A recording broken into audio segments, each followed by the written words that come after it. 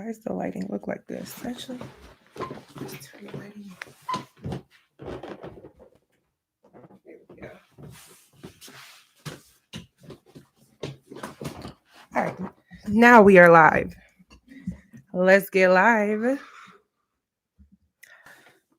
I will know that I am live and everything is looking good, sounds good as soon as y'all get to commenting because YouTube has like delay. So if you can hear me, just say hi. Hi, everybody.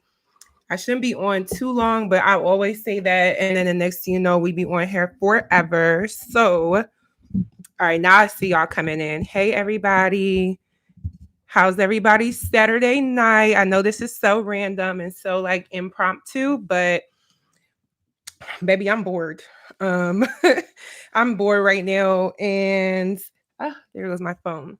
And I've finally have a weekend where I'm not doing anything, so I'm just happy that I can like relax, watch TV, watch Netflix, which is what we're gonna talk about today, tonight. I'm just very happy that I just finally get a break. But y'all know how we do these lives, so I usually use the first like 5 minutes, 10 minutes to do a Q&A. I'm actually going to be doing makeup. So no, I don't have no sunburn or anything like that.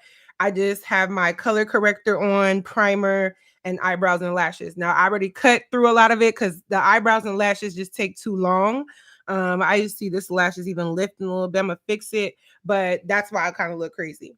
Because the last time I was on live, y'all told me that y'all want me to do more makeup tutorials or whatever. So yeah, that's what I'm gonna do. Y'all wanted it.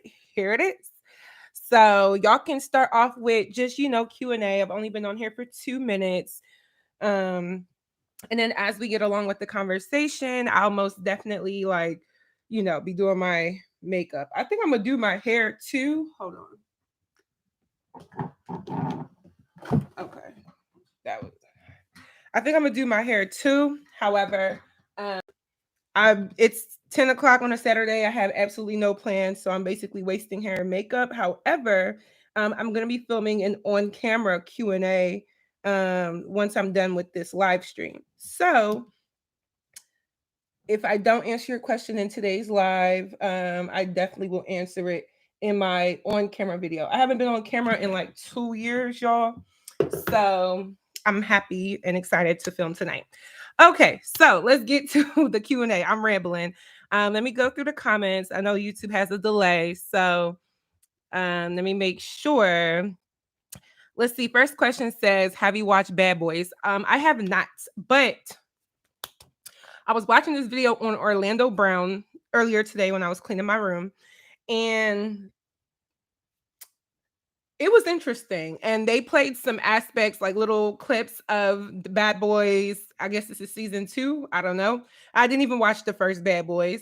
And they like showed how he got bailed out of jail by Natalie and everything. So I was just like, is it worth watching? And then I started seeing some of the clips. I'm like, yo, he's actually funny as hell, Orlando Brown. So I might just start watching that because at this point I have now watched all of my shows. I finished Love is Blind. I watched 2 seasons of Love Island. I still have to watch the UK version, but I'm gonna get into that now that I finally got free time. I watched, what has been new? I just got hip to is it Power Book 2? I know it's on the 3rd season, but I watched the first episode yesterday because my friend was like, nah, you can get into it, just catch up. So I'm like, let me watch it. So I'm gonna start watching it and try to catch up to season 3. What else have I watched? Y'all have told me to watch a lot of different things. Oh, Baddies, duh. So I finished obviously watching Baddies. We're gonna talk about it. But no, I haven't watched Bad Boys. But if y'all think it's like entertainment wise, y'all know I'll watch anything. So let's see. Oh, somebody said one of my cousin's friends passed away in police custody last night. I'm a bit shaken up. Prayers your way. That is Elena M. Prayers your way. I'm so sorry to hear that because that's like a lot of people's biggest fear, especially United States being a Black person. I'm so sorry to hear that. I hope that this live can kind of brighten up your spirits and have a little conversation and take your mind off of that. But I'm so sorry to hear that. Dang. It's crazy what happens in like other people's life that like you don't even realize is happening. It's so crazy. Just right. That's why you gotta stay prayed up, y'all. Um, let me see what else is on here. Who is your favorite baddie? Oh, y'all already know who it is. Low London.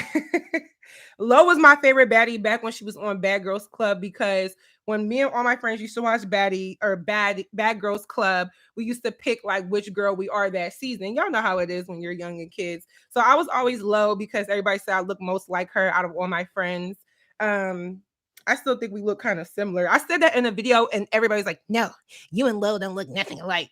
I'm like, bitch, shut the fuck up. I was so like, I never said that we look smack alike. I just said we look similar. But you know, back in the day, back when when her season was coming on, I don't even remember what year what that was.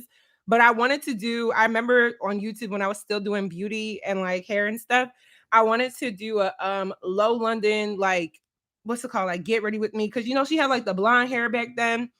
So I was gonna get like blonde hair, do my makeup because people will see like the similarities, but I was just like, I ain't really give a damn. But other than Low, I might still do it because I'm trying to get back on my beauty wave too. I don't know if y'all saw my Instagram, but I was posting on there. I was posting some fashion this week. But other than Low, I know this is probably unpopular opinion, but I like Scotty with the body because I feel like I be feeling bad. I be feeling bad for Scotty, but it's like Scotty is actually and I are actually very, very alike, surprisingly, except for, you know, Scotty doesn't like to fight. I don't necessarily like to fight either, but I'm not gonna let somebody just keep hoeing me. But I do like Scotty with the body. I like Low London. And biggest unpopular opinion, which I'm gonna get into after we talk about Love is Blind. Actually, I'm gonna talk about Baddies first, then Love is Blind. But I'm not gonna say I like Stunner Girl, but I feel like there were other people on the cast that I didn't like as much, and I felt like they kept picking with the girl. I think her reactions were very childish. She needs to grow up. She's very immature. However, I don't feel like Stunner Girl was given a fair chance. She's a hothead, and she did start her problems from jump, but I feel like the problems that she started to inquire was just hating ass bitches. Like I'm sorry. I don't even like to even say anything remotely positive about negative people, but I can't be that biased when I'm watching something. I'm like, flat out, I feel like Stunner Girl is not getting a chance. Like that's just how I felt. So yeah, I'm rambling about the answers, but let me get back to the Q&A. Sorry y'all. How is your modeling agency going? Really good. I'm actually going to be dropping a vlog tomorrow on our YouTube channel. So make sure y'all stay, you know, tuned in for that. I'll post a little reminder on this page, my actual page. But yeah, I finally filmed a vlog with them. Funny how I could film a vlog with them, but not with me, like on my personal stuff. But it's good because I like being more in business mode. It gives me more content to film. And it's not that long of a vlog. It's probably like 10 minutes. But I'm going to be posted on our YouTube channel because I want us to get popping right before we get into our summer season, which is going to start in like a month or so. So who is your least favorite baddie? If Natalie, actually, you know what? I'm not even going to be on Natalie's ass. It was certain parts of this season where Natalie didn't piss me off because I was like, all right, well, she's not lying when she said this. Overall, we already know what type of person Natalie is, so I ain't even about to put Natalie in the mix. Somebody tried to tell me one time that if I was to just go and watch an interview of Natalie, you would see like she's a cool person. No, not when you watch Natalie from her actual Bad Girls Club season. If y'all remember the first day of her season when they was all coming to the house, Natalie was sitting there saying that, oh, she looks like a ghetto black bitch. She was talking about other cast members. She was like, her nose is so big. These ghetto black girls. And I feel like Natalie still has that same thought and mindset within her. So fuck Natalie. I'm sorry, but no. So outside of Natalie, my least favorite bad girl of this or baddie. So like it's all the same. From this season from Baddies West, yeah, I'm gonna have to go and say Biggie. I feel like Biggie was for the cameras. I feel like she was just 1,000% like it was just for TV for me. Biggie was an ass kisser, if you ask me. At the last episode, spoiler alert, if anybody's watching and hasn't finished watching Baddies, but on the last episode, when Biggie was like, or when Tommy told Biggie, you know, oh, they saying that you're not really my friend, and she said, bitch, believe him. I was weak as fuck because I'm like, that's what she deserved. As much as, oh, Tommy's definitely my least favorite baddie from this season. But Biggie for real, because Tommy don't really count to me because she just was not necessarily like a cast member, but a executive producer, whatever. But yeah, I just wasn't messing with Biggie. I feel like she was hating on Stunner Girl. And although I feel like, yeah, her energy for Stunner Girl was low key warranted because Stunner Girl did get hot with her off rip, I just kind of feel like it could have just been fizzled out. And Biggie, I feel like Biggie literally should have been the bigger person because Stunner Girl's personality isn't mature. Biggie has aspects of her where she wasn't saying anything wrong, or I felt like what she was saying was facts, like certain times in her confessionals, but overall, I just couldn't get with Biggie. But Tommy, I'm not the type of, at least I try not to be, but I'm not the type of person that's gonna say like, oh, somebody's too old for this, too old for that. I did, because people like to pull up stuff from the past. I did say that Bernice Burgos was, I didn't say she was too old to be doing what she's doing. I may have said that like 5 years ago on YouTube. I said something along those lines. So I will admit to that because people like to pull, you know what I'm saying? And I, for the most part, remember a lot of things I said, but don't at the same time. But I feel like Tommy is too old for this shit, period. She look a mess. I really wish she would dissolve her lip filler. She was so aggressive. Tommy literally was so stereotypical with like that whole aggressive black woman masculine type of energy. She gave that. I don't care how offensive that sounds. That's exactly what Tommy gave. But anyway, let me finish the Q&A before I even get there, because we're gonna talk about baddies. We're gonna talk about baddies. See, I'm over here missing hella stuff. Somebody sent a super chat. Charity Williams sent $5 and says, "Hey Queen, I'm so happy for your live. Your roast be cracking me up." Hey Charity, thank you so much for the $5 and the super chat. I'm shaking my table like K Michelle. But yeah, I definitely do be roasting. Me and my sister used to have roast battles, so I think it's like within us. And I feel like if you're from Philly, there's like this like thing where you just have a roast battle. I feel like every city has it, but some cities are just not necessarily better, but they just do it more than others. I think it's because I used to watch Asia Star. If you're from Philly, you know what that is. But Asia Star was like one of them comedy YouTube channels, parody YouTube channels. And she used to do Grind Time, which was just a roast session. And that she used to have me and my friends weak as hell. So yeah, that's probably where it all stemmed from, because we used to literally do our own Grind Time, me and my group of friends. This lace is Lipton, but I'm not trying to like glue or nothing down because I'm just not. Period. But I use Spritz. Spritz got this joint holding. I mean, what lace? You know what I'm saying? Once I pin this all down, but for real. I guess there's the lace. Y'all can see it's moving. I didn't want it to be like down. You feel me? I just need it to be like good enough for the video I'm gonna shoot. Because I'll be going to the gym, and I'm probably going to go to the gym in the morning. So this is kind of like offer waste. But anyway, yes. So I don't know if I see any other questions, but if you guys do have any other questions, either DM me on Instagram, because I'm literally about to shoot a Q&A. But let's just go ahead and get right into, the topics at hand. So I'm going to talk about Baddies West first. The only reason why I'm going to talk about Love is Blind second is because Love is Blind, I just finished watching it last night, and I just have more to say about it. I don't know if anybody's watched it all, but I want to watch stuff like with everybody. I hate being like a week or two behind, and I always am. But that's because like I be so busy. Because outside of YouTube, like I have a life. So yeah. Um, Someone said I'm in Milwaukee, but I love Asia Star. He used to have me dad. Yeah, see, okay, so people know what I'm talking about. Have you watched Snowfall? I did, because y'all told me to start watching it, and y'all did tell me that Snowfall was gonna be dragging at first, which it was. I was like, damn, when this shit about to get popping? But I did watch like the first 3 episodes because I had never watched Snowfall. Now that I know what's gonna happen though, because like I mean it's all over social media, I'm like, should I watch it? But y'all saying I should, and it's easy to get hooked, and I keep dropping this comb, so I might just watch that as well. Um, yeah, so let's get into baddies. So someone said not me catching alive. Hey girl. But okay, so baddies. If I had one word to describe this Baddies West season, I would say chaotic. And the reason why I say it was chaotic was because I feel like personally, Now that I know, like on the back end, that the show was filmed in like what 3 weeks or however long it took, now I understand why it was chaotic. They were trying to jam pack as much footage and bullshit into the whole entire series, season, whatever, that they could. See, I knew this was going to be hard for me to try to do two things at once, especially because I talk with my hands. Now I can't find nothing. I can't find the stuff that I need. I knew this was going to happen. All right, well, I thought I had an edge brush. I guess not. Must be in my bathroom, so give me a second. Actually, there it is. Found it. Never mind. Here we are.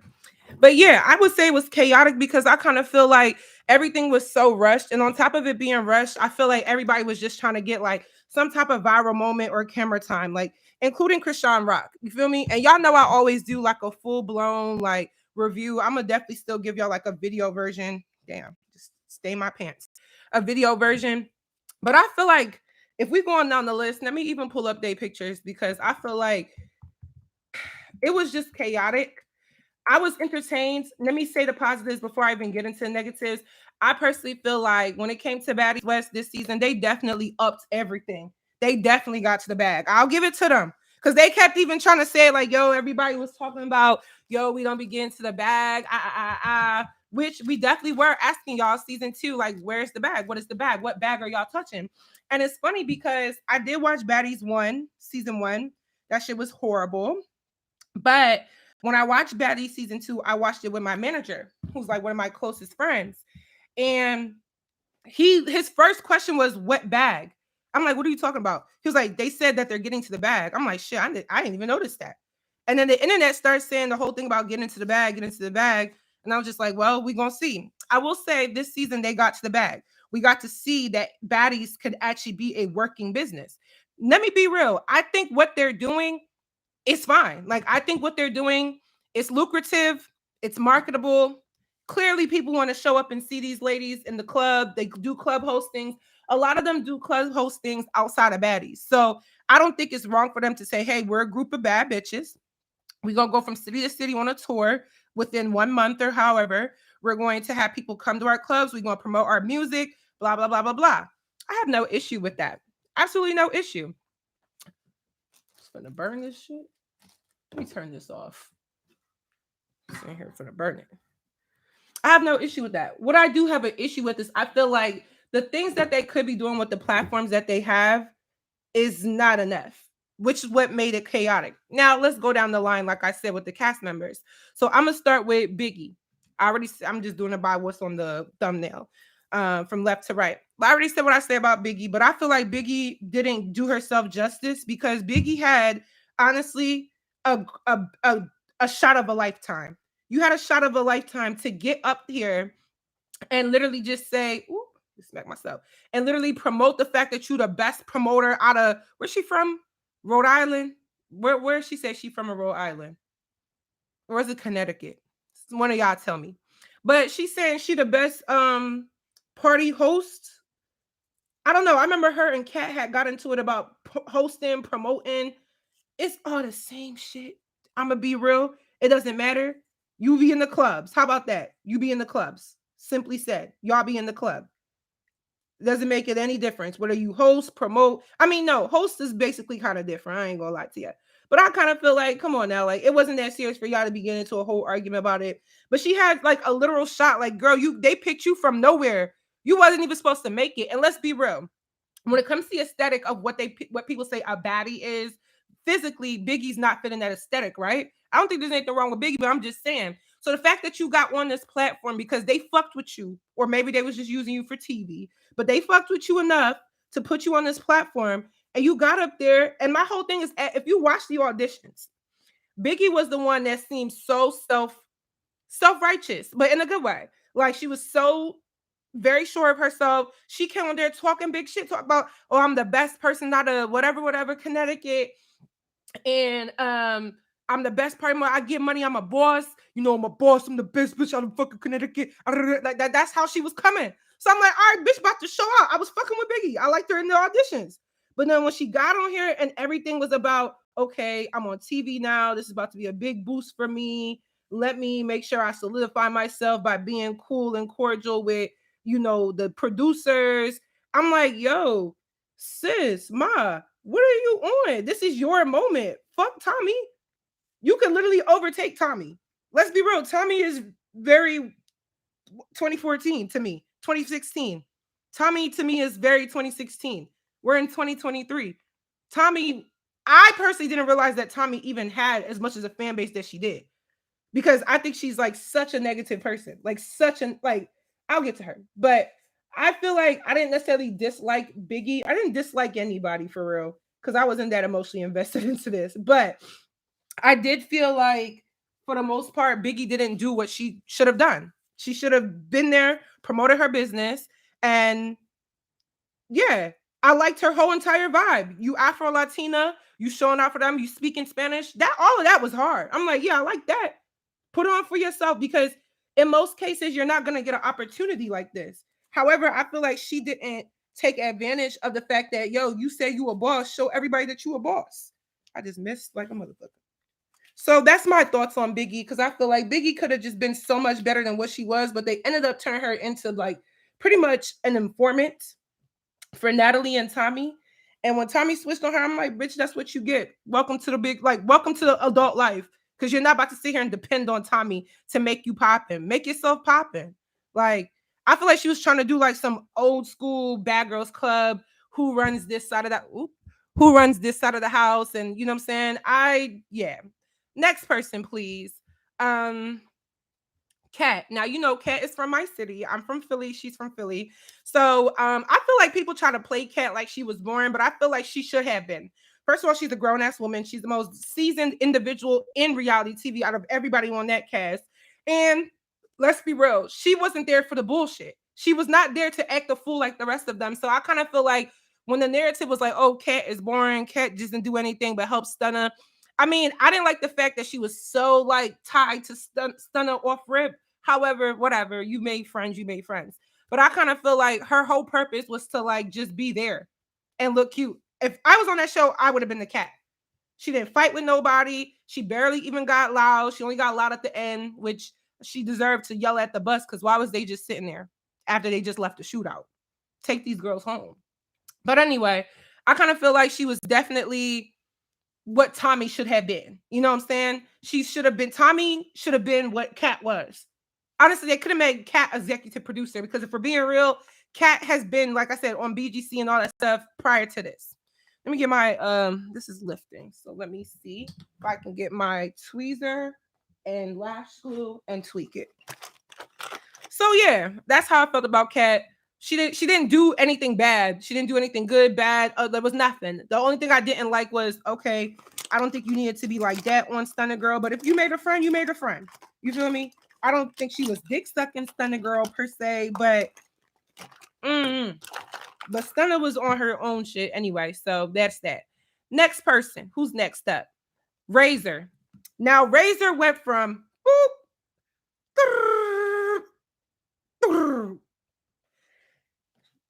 what I thought I was gonna get out of Razor did not come into fruition. Like, what?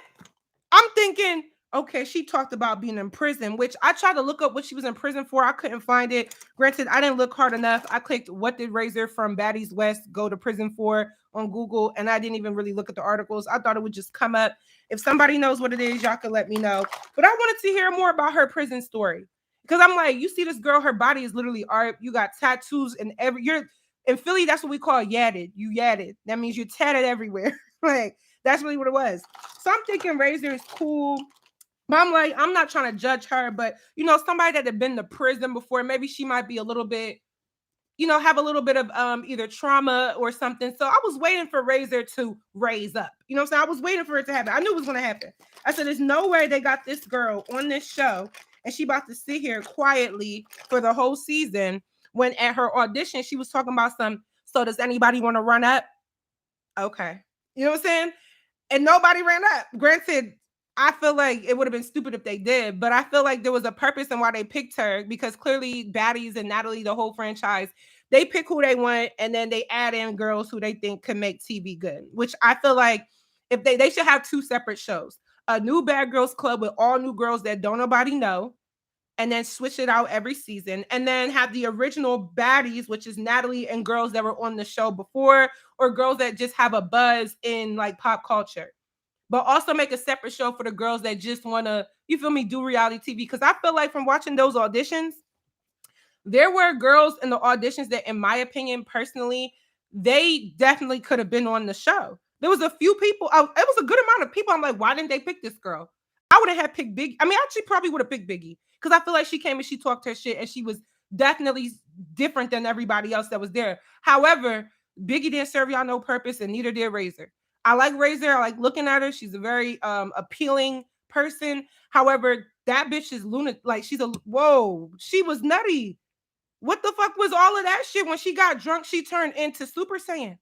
I said, what? I know people on Twitter was like, well, if we go out and you start razoring, I don't want to hang out with you no more. And I said, I feel the same way. If we go out and you start acting like Razor just because we got some liquor, we not hanging out no more. I'm glad. Wow, I just ruined it. I'm glad that Razor did take accountability for what she did. Just got glue all up in it. However, it was the fact that it happened on like 2 or 3 occasions, and I was just like, And then I feel like that whole thing with her and Scotty, I'm sorry, but she was letting Krishan touch up all on her in ways that were more than just friendly. What was the problem between Scotty and Razor? Did anybody ever figure that out? Because I don't know.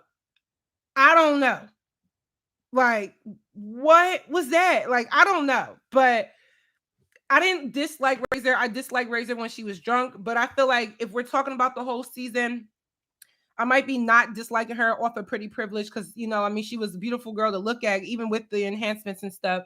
But I feel like Razor was there for the look and maybe her background, like with her story. But I wanted to hear more about it. They could have had just one episode where they all talk about whatever they've gone through and whatnot. Like they did kind of when they had that snippet of some of the girls riding on the bus.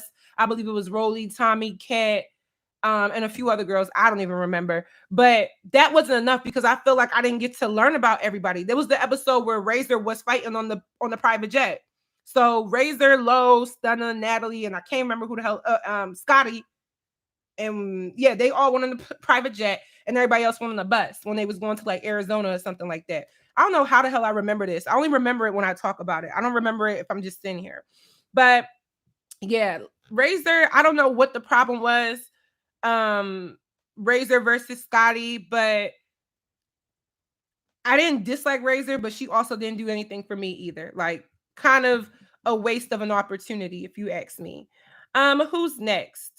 Scotty. Now, I like Scotty with the body. I think Scotty's actually perfect for the show because I feel like she actually gives a different type of approach to what all these other girls are. You could tell Scotty was probably raised by her white mama. And she was probably from, where's she from? South Carolina, something, North Carolina, one of the two. She's a Southern mixed girl. That's what Scotty is, I believe. She's not a fighter. She's very, you know, I just want to get lit and have vibes and not. That's what Scotty is. So I actually like Scotty because I feel like she's not problematic. And I feel like people were picking with her, especially Razor, just because they know that she's not going to fight you or she's not going to come off crazy. But I don't know. When Scotty fought Razor, I'm not going to lie, Scotty looked like she got them hits in. She got I don't know. Maybe they done woke up a new Scotty, but I feel like Scotty got them hits in on Razor. I saw it. Now, when it came to Scotty versus Natalie, Scotty, I would have cut Natalie off a long time ago, but that would have been the day that it was nail in the coffin for me. What the fuck was, first of all, Natalie Nunn is a big bitch. You know what I'm saying? So it's like, although Scotty is like probably my height, like 5'10", Natalie was like throwing like linebacker moves. I felt like this was NFL rookie training camp. The way how she was just, I said, what the? This is your friend. Natalie doesn't like to be played by her own game. And that's why she began upset. Because it's some girls in there on the cast that she's realizing you can't control these girls.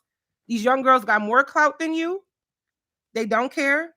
Anybody born after 1999 is a little bit off. I'm not going to lie. I don't mean to offend nobody, but like, hey, I've been working with kids lately and I realized there is a difference and I'm not that much older than these people.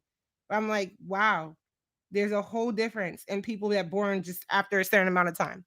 But yeah, I like Scotty. I think Scotty should come back. I think she was a good addition. I think she balances out the show because her personality isn't like the rest of the girls. So she actually brings something else.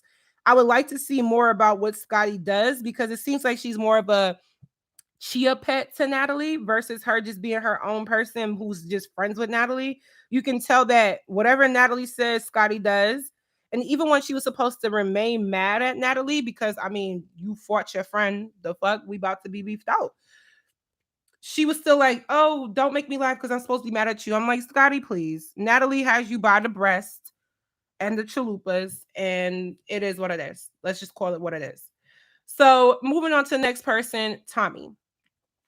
Tommy was my least favorite person on the show. I feel like if they were going to bring some other like reality TV person, they could have chosen from so many people. They did not need to bring Tommy on this show. I couldn't for the life of me understand. I thought she was just going to be a host at the auditions. I didn't know that she was going to be a part of the season. I felt like she acted as if she was above everything. She was better than everything. She didn't want to stay in the Airbnbs or the houses, whatever. She didn't want to do this. She didn't want to do that. At the end, the whole thing with her, like, why is my bags downstairs and is Natalie trying to kick me out? Lay off the whatever she's doing, she needs to lay off that. Her mannerisms to me, everything Tommy did to me was just a complete bad look for Black women. Granted, let's be real, the entire show is kind of a bad look for Black women. But I'm talking about specific stereotypes. Tommy just gave them everything. Aggressive, unruly, deflecting, lying, saying that she's better than. Oh, I don't want to be on the buses with these bitches anyway. And she was going in like, what why was you mad? Like, this is why a lot of young people be calling old people old miserable people because of people like Tommy. Not to say that she's old, but I'm just saying like she definitely was bitter about something. And yes, Tommy, you threw a drink at Stunner Girl and you didn't even know her. Granted, you was probably lit. You didn't realize it. But when they played the footage, why couldn't Tommy just take accountability? I didn't understand that at all. Right now, I'm just putting black eyeliner in my tear ducts, as well as my lower lash line. Technically makes your eyes smaller, but I have big eyes, so I mean, I ain't about to get no smaller than this. I know I look like a praying mantis. Anyway, so next part. Oh no, I'm still on Tommy. No, I'm still on your ass. So I just personally felt like, oh, I'm going to be using the Kat Von D. It's a little too dark for me, but I went and got another peel like a month or so ago, so my skin definitely brightened up and a lot more dark marks have faded, so none of my foundations match. So when I was at Ulta, where is it? I know it's in here. Yo, makeup bag is just like, you cannot, it's like a needle in a haystack. Okay, so I don't know where it is. Oh, okay. So when I was at Ulta, they told me if your foundation is too dark, just get this LA Girl Pro Color foundation mixing pigment. So I just put it on, put a little boom, you feel me? Mix it together. Mind you, this was cheap. It's LA Girl, so it's affordable. Mix it together, and then usually my foundation shade can be made off of this. So we'll see how it works out. But yeah, Tommy, to me, somebody said that Tommy is literally somebody's grandmother. Hell yeah, it's like, girl, what are you doing? So when Stunner Girl was calling her granny, it's like, girl, for real, you are a granny. Like, you are a granny. Maybe that's too light, but I'm gonna work with it and let it oxidize. I just didn't like Tommy, period. I feel like she gave every negative stereotype that you can give to Black women. Aggressive, loud. It should work. It should work. Aggressive, loud, unruly. Acted as if she was better than. She was not a leader. I don't know what her purpose was coming on this season of Baddies, but she didn't fulfill it. Yeah, I wasn't fucking with it. Oh yeah, I forgot this was a mole on my face. Y'all, this mole was never this size. If this mole ends up being the size of this mole, I'm gonna have to just get it looked at because this mole has grown so much over the last year. It's crazy. And then I have another one that's forming right here.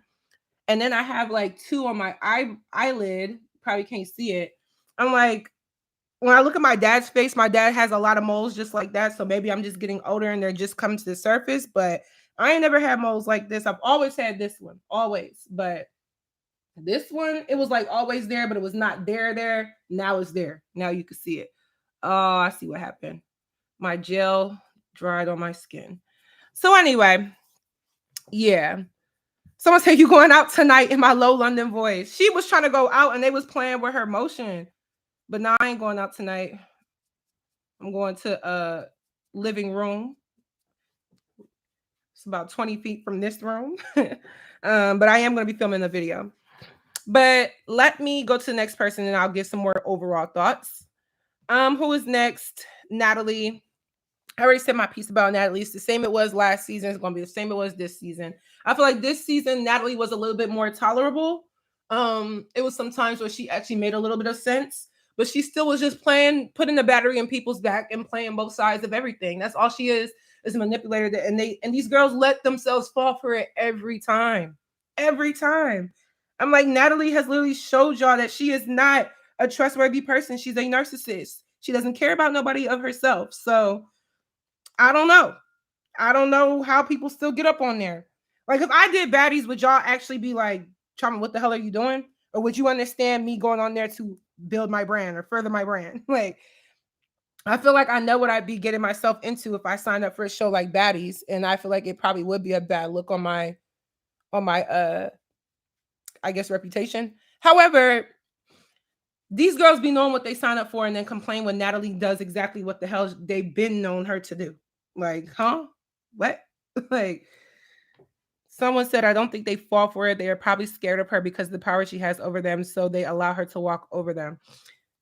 That could be true because I feel like none of them actually really fight Natalie. And to be honest, like, how the hell have none of y'all actually fought this woman? Like, who other than Rolly last season? None of them have actually really got down with Natalie. So they trying to get Ruby Rose on Baddies. Honestly, I've talked about Ruby Rose, and I actually think that would actually work for her. I think it would actually be, I would actually be in favor of Ruby Rose going on Baddies. Because I think she actually does fit Baddies. Like, personally. I would use my concealer, but y'all are gonna drag me, so I'm gonna use this one.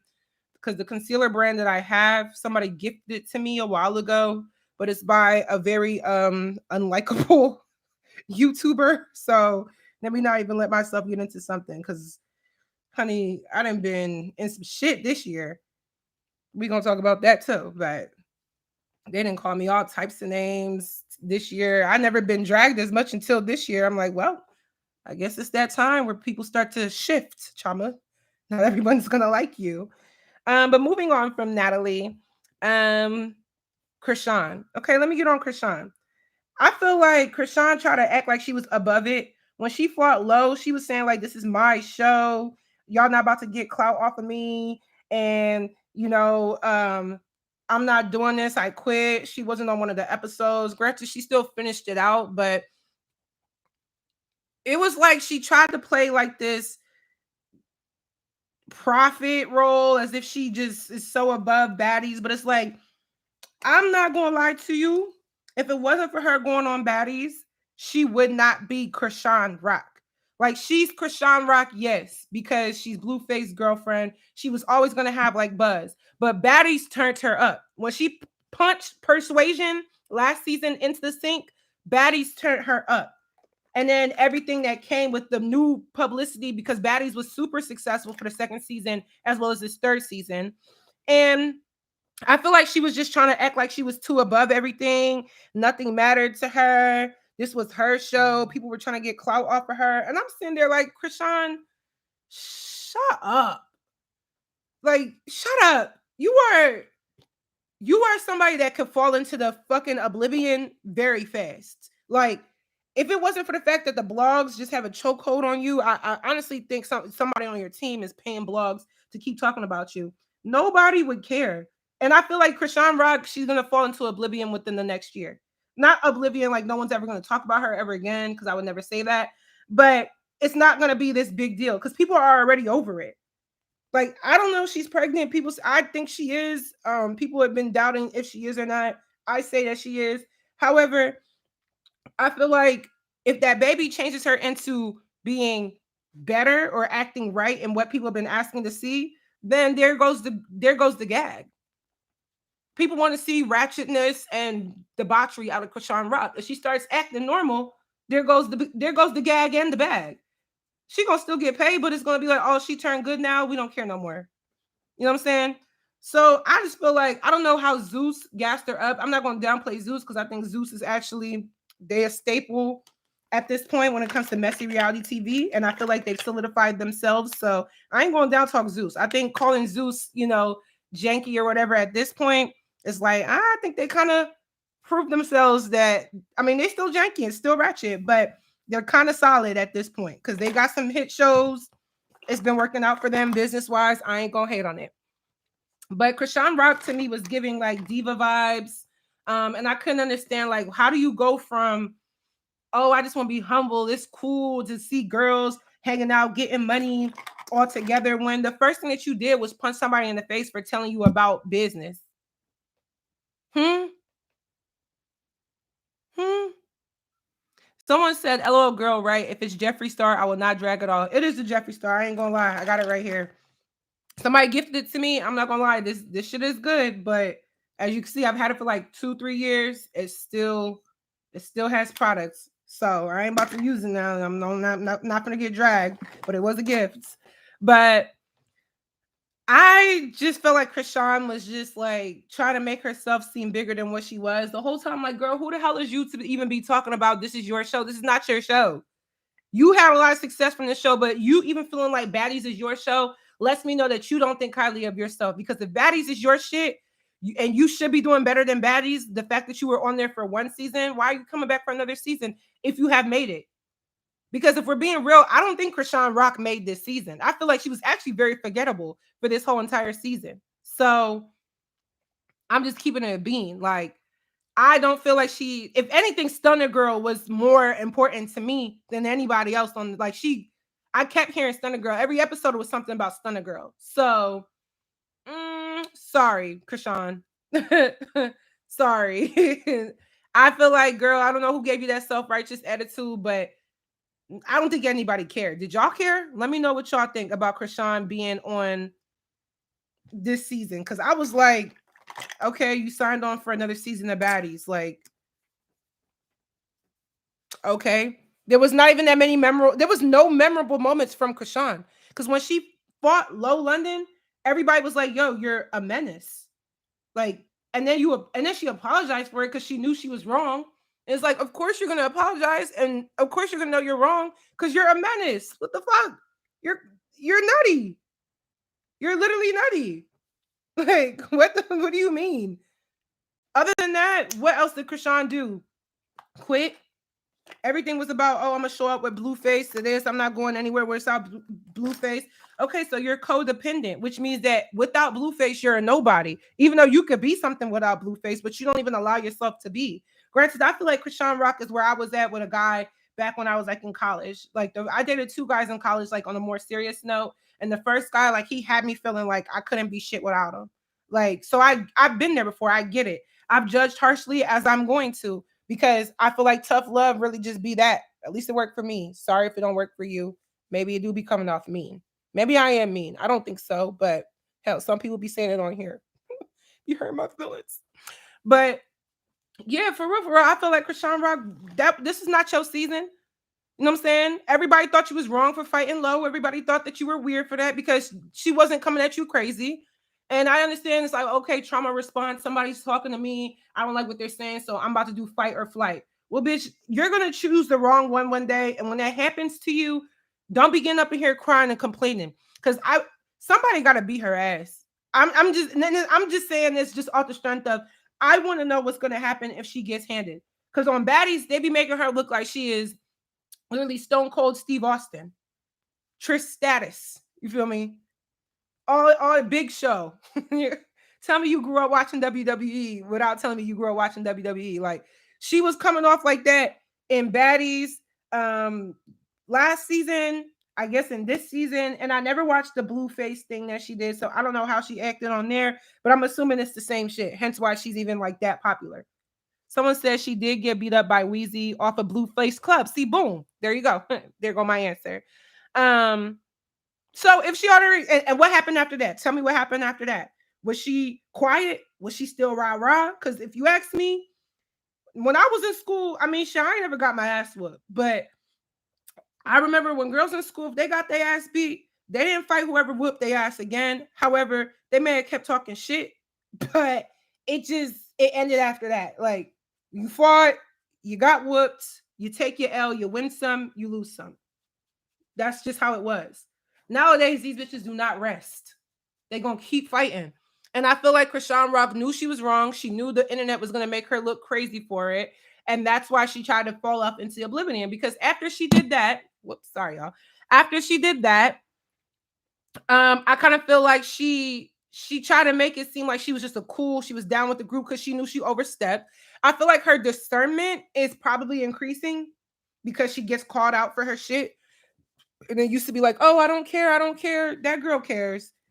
She just tries to act hard because I've been there before where you're so used to being top dog or having to have this tough exterior because of what's happening around you and how people treat you. So you're always on guard and you're always TTG. I get that. I've been there. When I tell you I've been there all through high school, I'm talking 9th through 12th grade, right? So you feel like you always got to be TTG. You always got to be ready to go. However, at some point, you have to realize the difference between that guard being a protection versus that guard being insecurity. And I feel like that's really what it is. Like, there's a lot of things she's insecure about, whether it could be anything, it can be physical, internal, relationship-wise. I don't know. I don't really care. But I just feel like she tried to make it seem like the show was her show. Bitch, let's be real. Baddies West, Krishan was so so forgettable that her not coming to the reunion, because I heard that they filmed the reunion and she didn't show up, I don't think it matters. Like, I don't know. I don't think it matters. So let me see what y'all are saying. They do make it seem like she's top dog. Thank you.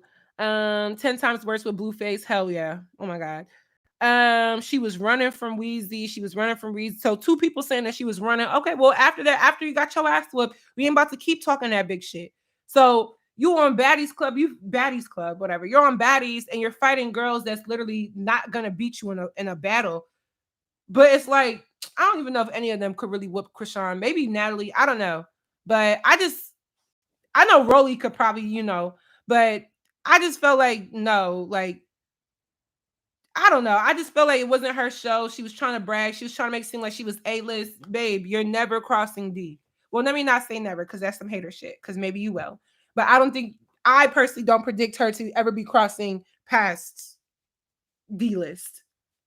Because Blueface isn't even, if she was dating a rapper and it wasn't Blueface, like let's say she was dating, who can I even say? Granted, I don't think there's only a certain type of man that's going to date a Krishan Rock, but let me see. Let me look up. If she was just dating somebody else that's like just more important for their music at this moment. Let's say she was dating Kodak Black. I think, you know what I'm saying, things would be different for her. Even though Kodak Black, I don't see Kodak putting up with that bullshit. But it takes a certain type of guy. Maybe he would. I don't know. Kodak to me is a little nutty. But I think Kodak is talented. I like Kodak's music, but I don't like Kodak's ways. Make sure you get you some of these from Amazon. Let me use a black one. This is really good for blending the products, by your eyes. I'm going to take a little bit of, this is setting powder. And we just going to, I probably need some more. But, I'm actually going to keep it light since I ain't really doing shit with this. Let's move on to the next person. Someone said Soulja Boy. an NLE Chopper. Yeah, if she was dating, no, not even NBA YoungBoy, but definitely like an NLE Chopper, somebody who's just more important than Blueface. I think NLE Chopper is probably the best example, that I could give that would actually might make sense. You know what? Granted, I know he's doing his little nut shit that he has right now, but for real, that would make sense to me. If she was dating NLE Chopper, it would actually make sense to me. I don't think it would like actually be practical, but if it was happening, it would make a little bit more sense to me than a Blueface. Because at the end of the day, Blueface, bro, I don't care what nobody says. Blueface had one hit. I don't care what nobody says. You may know some more Blueface songs, but the dude had one hit. Now, I will say this. I will give Blueface his credit. The fact that you took Yo Buzz and during the pandemic, you did the Blue Girls Club. You made money off of it. Granted, them girls definitely, you finessed them girls, babe. Blueface. You most definitely finessed them girls. However, I'll give you your credit for resurging your relevance. How I don't like the way how you're going about it, but you definitely came back because he should have never been nobody. But whatever. Next person. I didn't like Krishan acting as if this was her show. Very unforgettable very forgettable this season. Next up is Rolly. Now, last season, I was like, no Rolly slander will be tolerated. I like Rolly. Rolly kept it real. And some of y'all was like, yes, I love Rolly. And then a lot of y'all was also like, nah, Rolly was a hypocrite. She only talked like that for certain people. Why was she cool with Krishan, even though Krishan didn't like Slim? And I was just like, y'all are some haters. In my head, I'm like, y'all just some haters because Rolly is really a real ass person. Until this season. And I was like, wait a minute. So Rolly, you jumping? You jumping? But then I had to think like last season for Baddies South, technically, I feel like they was jumping. Slim was jumping with Rolly. Rolly was jumping with Slim. They was jumping. And I don't fuck with jumping, bro. Let people fight one-on-one. Unless somebody steals off, I'm talking to, let me say it differently. Let me get my real voice back. Unless somebody like literally like fights you, like jumps in your fight, then you feel me? It is what it is. But I didn't dislike Rolly all the way this season, but I kind of feel like I liked her less because I could not respect jumping Stunner Girl. I understand what her beef was with Stunner Girl because, yeah, Rolly, you got hit in the process of the whole thing. But Rolly was, when Rolly be preaching, she do be right. But outside of that, I kind of feel like the way how she went hard to say that she will not be coming back to Zeus and that's and that and the third, and she's better than this. And then boom, you on Baddies West. And then I don't know if y'all saw, but when they was talking about Baddies at the end of the last episode, and they were like, oh, for next season, Rolly was sitting there talking about, oh yeah, next season. So now you're about to be on Baddies East. They just released Baddies East flyers. And y'all know what? You know what? I was thinking it's gonna be in like a week, 2 weeks. It's in DC. They're having Baddies East auditions. I was thinking I should go, right? And I should just like vlog, not vlog, like, hey guys, I'm here. I'm not gonna audition, hell no. But I want to go to like the lines outside of the venue, wherever the hell they having this at, and just interview some of the girls that's that's going for the casting. I'm like, talking about me, who's gonna stop you? So I'm thinking about doing it because my homegirl hit me like, girl, like you should come. It's in DC.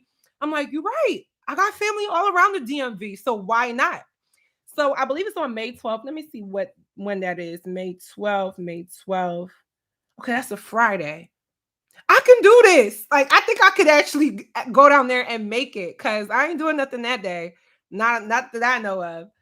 So I might do that because I was thinking like, go down. You're not going to audition. However, you're going to show up. You're going to go to the line. You're going to say, hey, I'm Queen Chioma. This is my YouTube channel. And we just, doing a little interview with all the girls getting casted. I might even, you feel me? Let me not say too many ideas, but I might start doing my own show. What? But yeah, I was just thinking about that today because my friend has sent me the stuff. But Rolly was sitting up here, oh, I'm above this. I ain't coming back. I'm sitting here like, girl, bye. Like, don't nobody, in this day and age, people aren't missing out on clout. Period. Not even my ass. You know what I'm saying? I'm not going to miss out on my clout if I worked hard for something. You done worked hard being on Baddies, I guess. You were able to garner being one of the fan favorites, which is Rolly. I still like Rolly, but I just didn't really like her this season. And you're not gonna pass that up for the next person. Because guess what? Rolly was saying, "Oh, I ain't coming back. I don't want to be on the show no more." But Slim was like, yeah, I would do another season." Well, they ain't picked Slim after the South. And even though I didn't dislike Slim. I feel like Slim held her own for her size, and yeah. But if I had to choose, well, let me go through the rest. We almost done here. Who's next? That's how I felt about Rolly. Stunner Girl. Let me get to Stunner Girl. Like I was saying earlier, I feel like Stunner Girl wasn't as problematic as they try to make her seem. To an extent, yes, because I feel like she did not handle a lot of any of the things that was being told to her maturely. Like I feel like everything was like, "Oh, this is an attack on me, so I'm a snap." But I kind of understood parts of where she was coming from, where it was like, "Okay, I'm the youngest girl here, and you not gonna talk to me like you my mom when you out here doing the same things." Because for real, how you gonna tell Stunner Girl that she need to control her actions and this, that, and the third? Razor, but Razor, you get a little bit of motherfucking Don Julio in your ass, and you start acting like a hooligan. Don Julio to hooligan? Seriously? And you're gonna tell another woman how she should and should not act? Absolutely not. I would have been mad too. So who else got into it with Stunner Girl? Rolly was justified. You threw something and Rolly got hit, and then you ain't want to, you feel me? Rolly was justified for wanting to fight her. Rolly should not have jumped her though, because it was never that serious. You're not gonna be jumping. Biggie, I think Biggie was a hater. Like at first, Biggie was, I was in her corner because I'm like, all right, well, if they asking a question to everybody, I initially thought they was just asking a question to like one person, but I guess they was asking to everybody how they felt about Tommy and whatnot, or whatever the hell they said. And then Biggie literally chimed in. But I feel like Biggie was trying to get camera time the whole time. Stunner and Biggie fighting. I don't know if Biggie was holding back, but I felt that it was interesting that every single time that she ran up to fight Stunner Girl, and from what I saw, I didn't see like a full-blown clear Stunner Girl got her or Biggie got her. I didn't see that. I was like, how you Biggie? You bigger than this little, you feel me? Granted, size doesn't always matter, but size is an advantage. Was you holding back? Was you trying to sneak her? Did you not really want to fight? What is it? Because I'm somebody who's like taller, but I really don't like fighting, especially not at this age. The last time I fought was like, honestly, probably like 2018. It's been a long time. So I kind of feel like Stunner Girl didn't get enough. Like she didn't get a fair shot at this. Granted, I feel like, yes, if she was mad about Tommy throwing a drink on her, should she have addressed it? Yes. Should she have addressed it the way that she did? Absolutely not. It's like you got to be mature at some point. Even when in the bus, I think towards the end, they was talking about how they was trying to put their money together and do stuff for other women. Stunner Girl was in her confessional talking about something. I don't really know what these girls are talking about. I don't give a fuck. I'm going to tune them out. I'm like, girl, so you making all this money and nothing within you tells you that you should give back? That's why I hate like the way how this generation is, because everybody here is so entitled. People be having full-blown influence and do nothing with it. There's so many YouTubers and Instagram girls and models or whatever, and they have so much followers and they're getting a decent amount of money. And I'm not counting nobody's pockets, nor do I feel entitled to their influence. But I feel like if you're not doing shit with your influence, why do you have it? Because I'm doing shit with mine. I started a whole modeling agency. So I hope to keep it going. Plus, I want to do other shit, but people don't be doing shit with their influence. I feel like Stunner Girl is just very immature. She was justified in a lot of the ways that she did respond to stuff, but at the same time, she was very immature. Towards the end, though, I will say Biggie was just picking with her. Every single thing, they even caught her out on it. Like I was saying with Rolly. Rolly was snapping on Stunner because, or excuse me, Rolly was snapping on Biggie because she was like, bro, it's every day that this girl says something and you got something to say. You know, it's getting annoying, and the whole house was noticing it. But I feel like Zeus, if you're gonna make certain narratives, show the receipts.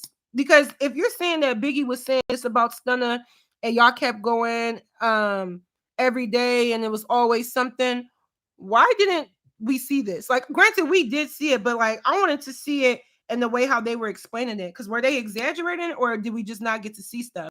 And I remember just going back real quick, they said something about Low London fighting Krishan off camera, and Low London had beat Krishan or something like that. maybe that was just like a rumor on Instagram and TikTok and Twitter, but why didn't we get to see that? Is it because it doesn't fit your narrative? Was the cameras just not there? What happened? Like, it seems like this season they edited it a lot, where I feel like in season 1 and 2, they kind of let a lot of it be B-roll footage. Like, we were seeing everything, even to the point where I was like, why is this still running? But this time around, it kind of feels like they chopped it up to make it more like, oh, we're going to give a narrative to certain people. I don't know. Let me move on from Stunner Girl because I already talked about her earlier. We got 2 more people left. One more person is Low London. I feel like Low London was the only person there to actually have fun and get a real bag. I like the way that she carried herself. I mean, granted, it is a little bit not my style, but for the most part, I feel like Low London was the only likable cast member, like from head to toe. Like, I don't think there's anything that Low did that people was just like, girl, except for when she said something about why didn't Sky jump in when Krishan was fighting Low? I was like, so you wanted to be jumped, sis? Is that what you're saying? Like, you wanted to be jumped? But other than that, Lo didn't do or say anything, in my opinion, that would have made her dislikable or unlikable. I think there's a reason why she was likable, and I think there's a reason why she was able to go to, was it St. Bart? What island did they go to? Wherever the hell they went to. There's a reason why they picked her for that, because they realized she's a valuable member to the cast. And I think Lo should keep coming back because she is an OG bad girl. She is older than most of the people. And I feel like Lo was always a likable person from the Bad Girls Club franchise. So, yeah.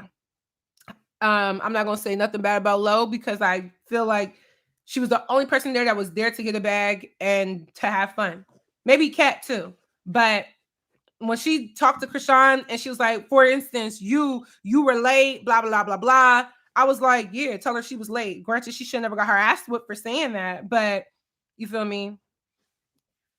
I just feel like she was the only one there trying to like get a bag and have fun and do shit business. She did say that she did not watch Baddies season 2, so she didn't know what to expect when it came to Krishan. But I just feel like that's horseshit. You know what I'm saying? Like, how you not?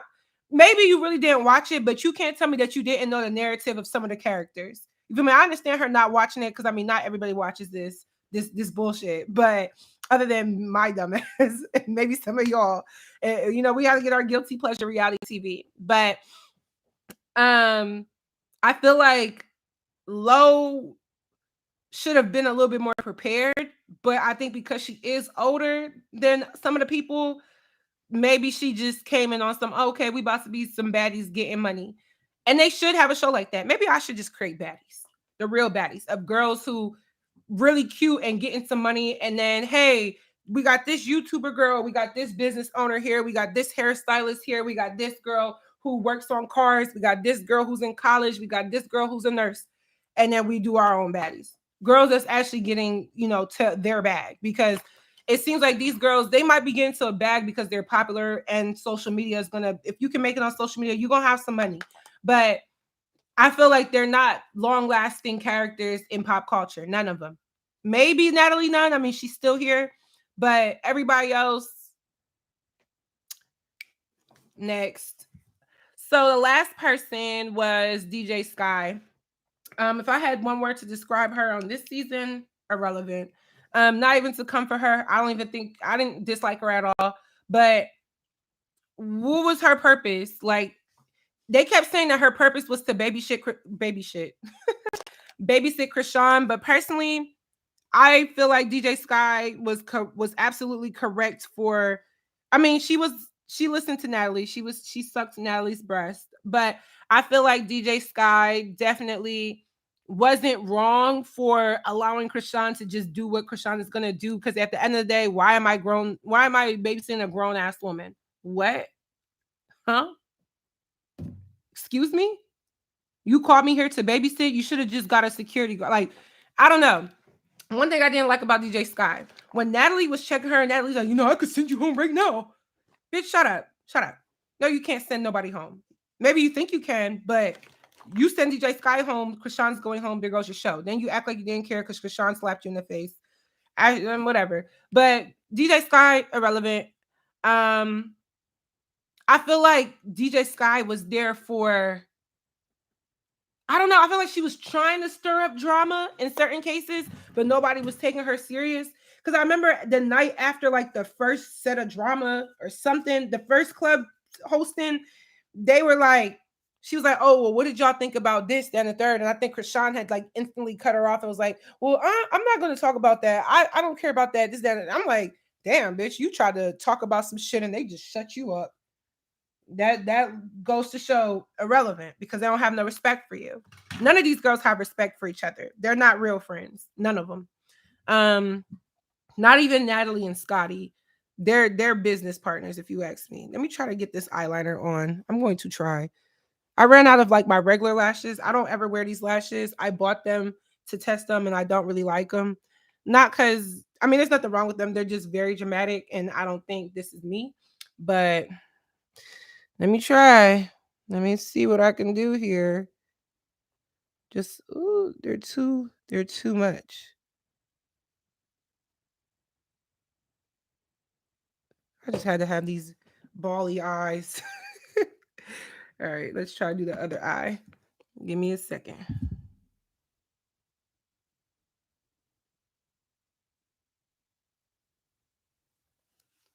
I mean, that's the best it's gonna get because I'm not gonna go overboard.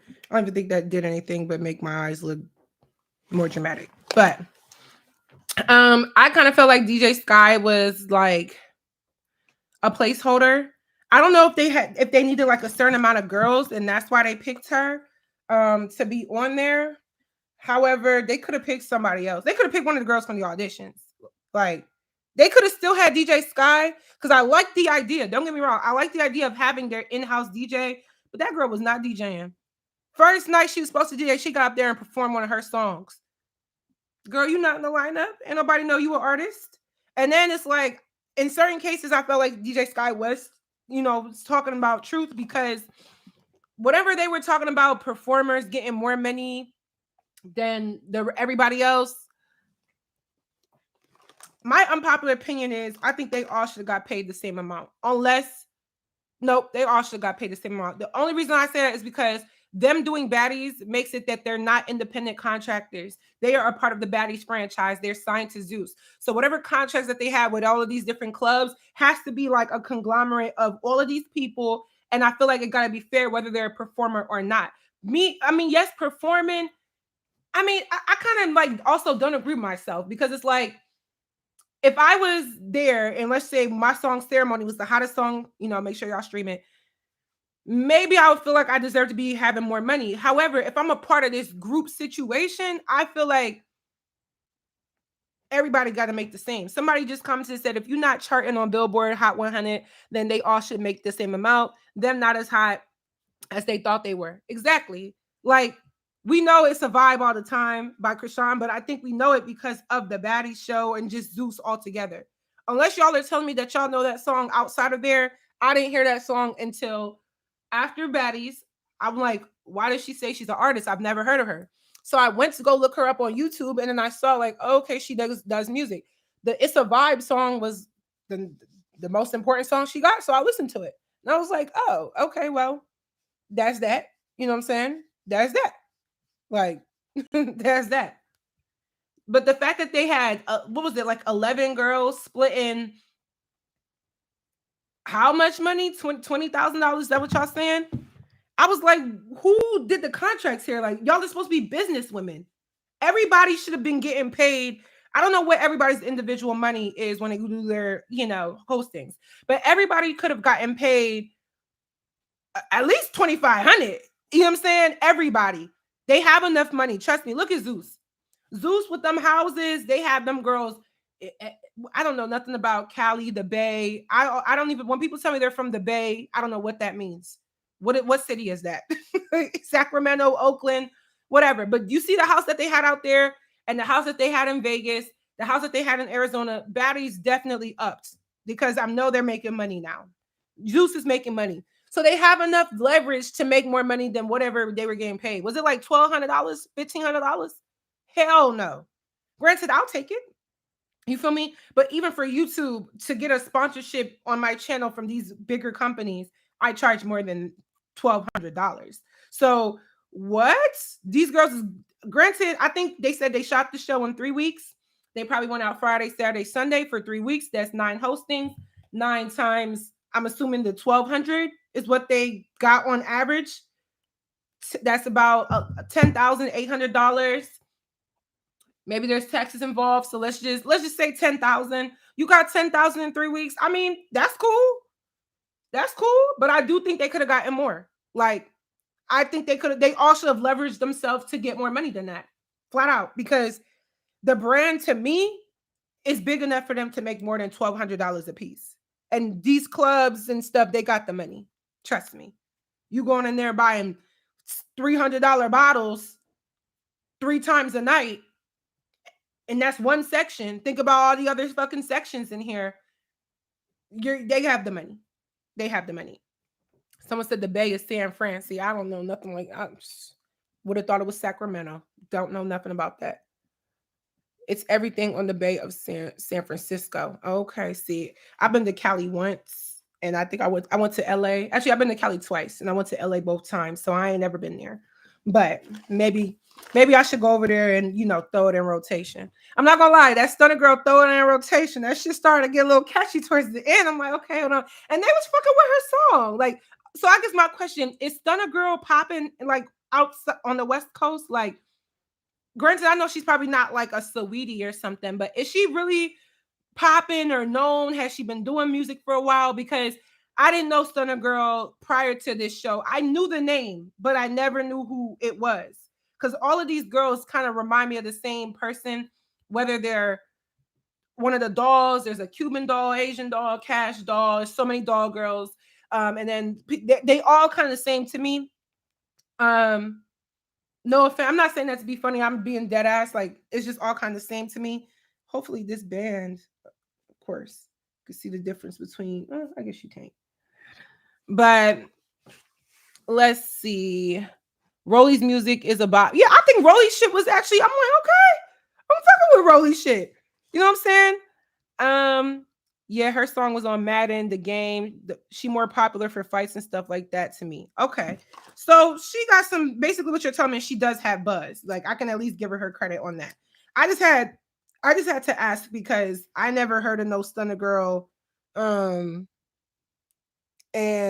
I feel like for everything she was doing on that show, I just was like hoping that like, hey, is there more to this girl or is this the best we're going to get?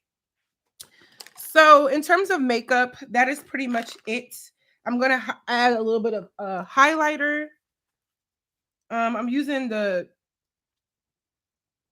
hell is this called? Black Radiance. I think everybody has this because it's the best and it's drugstore and it's definitely affordable. But this is the deep to dark because y'all know I'm deep to dark. And you can see this one's already used that. So I'm going to just use, a little bit of the highlighter. You know what I'm saying? Y'all saw the light? I seen the light. Just a little bit of highlighter to just add a little. This to me is the best. Either this one or I don't think they make this anymore. Oh, this is CoverGirl True Blends. I don't even know if they make this anymore because this is a classic. My mom gave this to me. You might have to look on Amazon. But the CoverGirl True Blend Minerals. It's a bronzer. This shit will have you shining. I'm talking shining. Yeah. That's what I'm talking. That type of shining. So yeah. Then I might just just add a little contour because I didn't go too dark. This one is just a little too dark in the palette, but seems like just a little too dark. Like damn near look like a stain in the face. That's why I don't use it like that. But I think it's because my skin definitely brightened up from like all of the dark spots and being faded. I've been super on my skincare for the last few months, so I know I've been doing good. It's about time. Anyway, so yeah. Let me see what y'all have to say about Baddies before I move into Love is Blind, because Love is Blind, baby. Whoo! Oh my God. That's why I had to save it for last. So let me read some of y'all stuff before we transition here. Someone said, right, it did get catchy. Yeah, it got catchy towards the end. I said, okay, throw it in rotation. And the crowd looked like they was liking her song. So that's why I'm like, hold on. Is Stunner Girl known? Because when she performed, maybe it was her. I mean, where's she from? She from Sacramento or is she from San Francisco? Or is she from Oakland? I think they said she was from Sac, but she was fucking with Oakland. But whatever. See, you gotta remember on TV, the way how they make states like California and Florida look to the rest of us, maybe even to the rest of the world, but especially the rest of us in United States, we don't see California and Florida as Crenshaw and what's a bad place in Miami? I know Miami. Chioma, you know Miami a little bit. I can't even think, but Liberty City.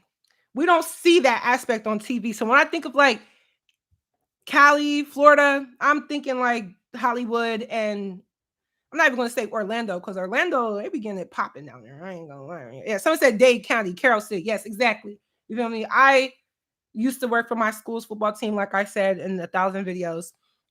So I met a lot of guys from Florida because a lot of the football players at D1 colleges, they come from Florida, Texas, or somewhere in the Midwest. So I met a lot of them. So I started learning a little bit more about Miami and stuff.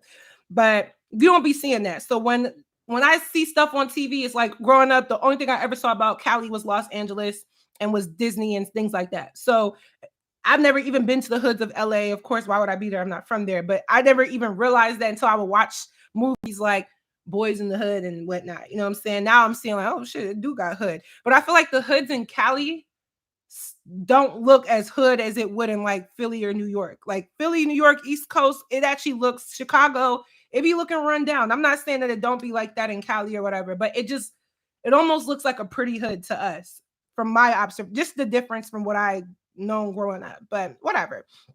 Anyway, so I feel like overall Baddies this season, like I said, I'm gonna have like an actual review video where that's not all over the place and not an hour and a half long. But I feel like overall they did get to the bag. The season was enjoyable for the drama, but it became too much. It became chaotic. I couldn't even watch the ladies be happy or do whatever they needed to do because it was just too much. It was too much. And I didn't like the fact that they were separating Stunner Girl from the rest of the group. Why? Like what was that? Like, if y'all can't be mature enough and resolve it, I don't even know if Stunner Girl was the issue at that point. Every single time they went out, she could have at least sat in the front, but they had her in a whole separate car. But she was getting hot, so maybe she did deserve it. But I don't really see how anything flowed. It was just chaotic drama. Like someone just said, there was no storyline. And I feel like for real, at least in Bad Girls Club, there was a storyline of how, at least in the beginning, there was a storyline of how, okay, this girl was fighting with this girl has this going on back home, but we're here, we're trying to go out, we're trying to fight. This girl may have conflict, but they may resolve it, or maybe they don't resolve it, but this girl's friends with this girl and they're just trying to make it to the end. And halfway through all of this, they're going here, they're going there, they got to do this, they got to have fun here, and then boom, we're almost to the end. Can they resolve this conflict? Maybe not. Can these two people be cool now? Maybe not. Can these people actually hang out and actually be good girls even though they're bad girls? We'll see once they get to the end. For the most part, at the end of Bad Girls Club, they were like not necessarily cool, but I feel like for the most part, everybody kind of got the experience that they wanted. On Baddies, there's no structure. Like, I be feeling bad for the security. Let me line my lips. But I be feeling bad for the security because let me tell you something. Them security guards be earning their keep. They be earning their keep. But at the same time, it was a few times where security dropped the ball. I feel like when they were leaving out of the club and it was Tommy with the dude and Stunner Girl and her cousin or whatever, her sister and her cousin, or her best friend and her cousin, I feel like security should have never let them even cross paths. Cause what? Tommy's sister started. Oh, let me finish this. I don't even be caring about the bottom because my bottom was so damn big. But they should never even let that even happen. Because that led to shots being fired by, they said, who, Stunner Girl boyfriend. They should never even let that happen. Period. Because I feel like that was on security. Security should have never let them cross paths. On top of that, you know these girls are beefing. On top of that, we just had an incident at the house right before they left. So they should have been in. I mean, maybe Zeus needs to hire more security. I already got enough. But maybe they need some more. Because I feel like that should have never happened. Like never ever happened. We're gonna talk more when I have like my overall thing, because y'all know I talk about like all the conflicts, my thoughts on each cast member, my thoughts on the season. We'll get there. I'm gonna fix this in a second. Let me put on my setting spray, which I have the Urban Decay All Nighter Ultra Matte. Actually, I forgot to draw my moles back on like I always have to. Anybody got moles on their face that they always gotta, But anyway, let's switch gears and head over to Love is Blind. Let me pull up my Love is Blind picture so I can remember who was on here.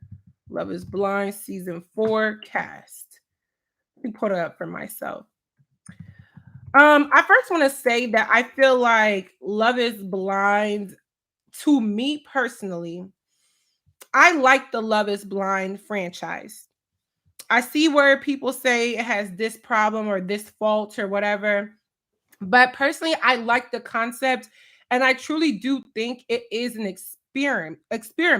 That's what it is. It's an experiment.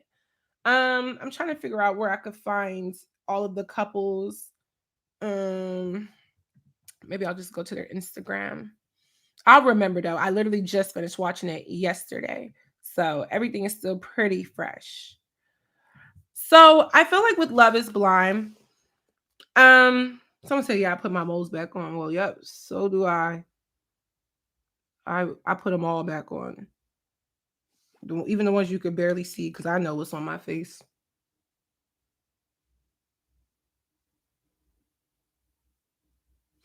I'm very shocked at how I can easily do this, but I've been doing my makeup for so long.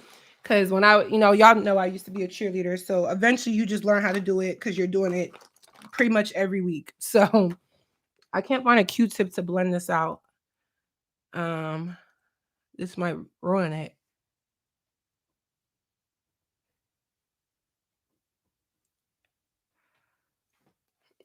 I'll fix it eventually. But I'm gonna start working on my hair now. That way I can even talk faster because the makeup be taking a little bit. But yeah, when it came to Love is Blind, I do like the experiment. If it wasn't for the fact that I kind of have my issues with Netflix and the way how they do casting, and the way how they seem to be a little bit, blatantly, kind of ignorant to certain aspects dealing with how Black women are portrayed on a lot of their shows, I would actually go on a Netflix dating show just for the experience. And because I feel like somebody like me at this point in my life, I'm actually all for that whole spontaneous aspect of just doing something. You know what I'm saying? Seeing if it'll work for you. You just never know type time. You know what I'm saying? So I'm not against it. However, I don't think I would do it because I feel like Netflix got to show me that they actually can prioritize the Black women on their shows. Even I felt like with the cast of Love is Blind 4, I personally feel like they still didn't do the Black women justice. And of course, my favorite couple was the Black couple, which was Tiffany and Brett. However, damn, I thought I glued this track back in. It's coming down again. That means my hair gonna come out soon. I knew it wasn't gonna last long. I'm gonna give me a sew-in and just call it a deal for the summer. But I feel like they need to do better on that because this was the first time that they showed a monoracial Black couple. I don't know if some of y'all even noticed that, but this was the first time that they actually showed a monoracial Black couple win and make it and actually be very likable by the general public. Of course, I missed the top of my forehead. And I find it to be interesting because after what I talked about, in my past videos, when I said I feel like Netflix doesn't prioritize the Black women on their shows, they're not really giving them viable men, they're not showing that Black women are desired, their narrative is skewed. We talked about that. And I feel like for something like this, where you have finally, after 4 seasons of a show, you finally have a monoracial Black couple that, to be honest, it wasn't like they were just a couple on the show. They were the best couple, if you ask me, of this season, Brett and Tiffany. And I still feel like they didn't give Brett and Tiffany enough recognition. I don't know if y'all, feel the same as me, but I watched the reunion last night. Like I had finished watching the episodes maybe 2 or 3 days ago, but I finally watched the reunion last night. That's why it's fresh on my mind. And I feel like they didn't give them enough recognition, especially being that Netflix, y'all can't be tone deaf. Y'all know what people say about y'all. Y'all know there's people on the internet that say stuff like, Netflix is, there was a whole narrative about this from the Perfect Match show about how they didn't give any of the black girls any viable candidates to find their perfect match. Now, granted, I feel like the Perfect Match and Love is Blind are like two different shows because Perfect Match to me is like a whole bunch of like Instagram influencer type of hot young people just doing stuff. You know what I'm saying? But Perfect Match is more like average everyday people, or excuse me, Love is Blind is like average everyday people, trying to find love, blah, blah, blah, blah, blah, blah, blah. And I feel like for something like this to finally happen after so many seasons, Netflix could have been like, oh, the Black love narrative is something we can hone in on and focus on. And I still feel like they kind of just got lucky with Brett and Tiffany because I wish I could share my screen, but I just learned how to do it. And to be honest, y'all, I have to like download something else. And I didn't have time to do that today. So next time we're going to get a little bit more interactive with sharing screens and stuff. But when I look at like all the people that's on the show and I look at, excuse me, I was getting late over here. I look at the cast that they gave. There was not one black girl on the damn thing. It was only Tiffany. She was the only black girl on the entire lineup. But then you have people like Micah and Chelsea that, no offense to them, but they kind of look similar. Like, we're like, they can literally have the same trope of woman, even man for the black guys. But then let it be the black girl. There was not one. I mean, Tiffany wasn't a dark skinned girl. And I'm not even saying that there had to be a deep dark girl. But they didn't have like that. When I look at you, I know you're black girl. Minus Tiffany. But she was the only one. But I ain't even finna complain about that because we already knew that. Let's move on to how I feel. So let me go through. Should I talk about the couples or the people individually? I'll talk about them individually first. And then I'll go to the couples. So let me pull it back up on my other end. Let's see who was on here. Okay, so we'll start with Bliss. I liked Bliss. I think, okay, actually, give me 1 second because I thought I brought my little curling iron in here, but I didn't. So give me a second. Let me go grab it. It's in the bathroom, per usual.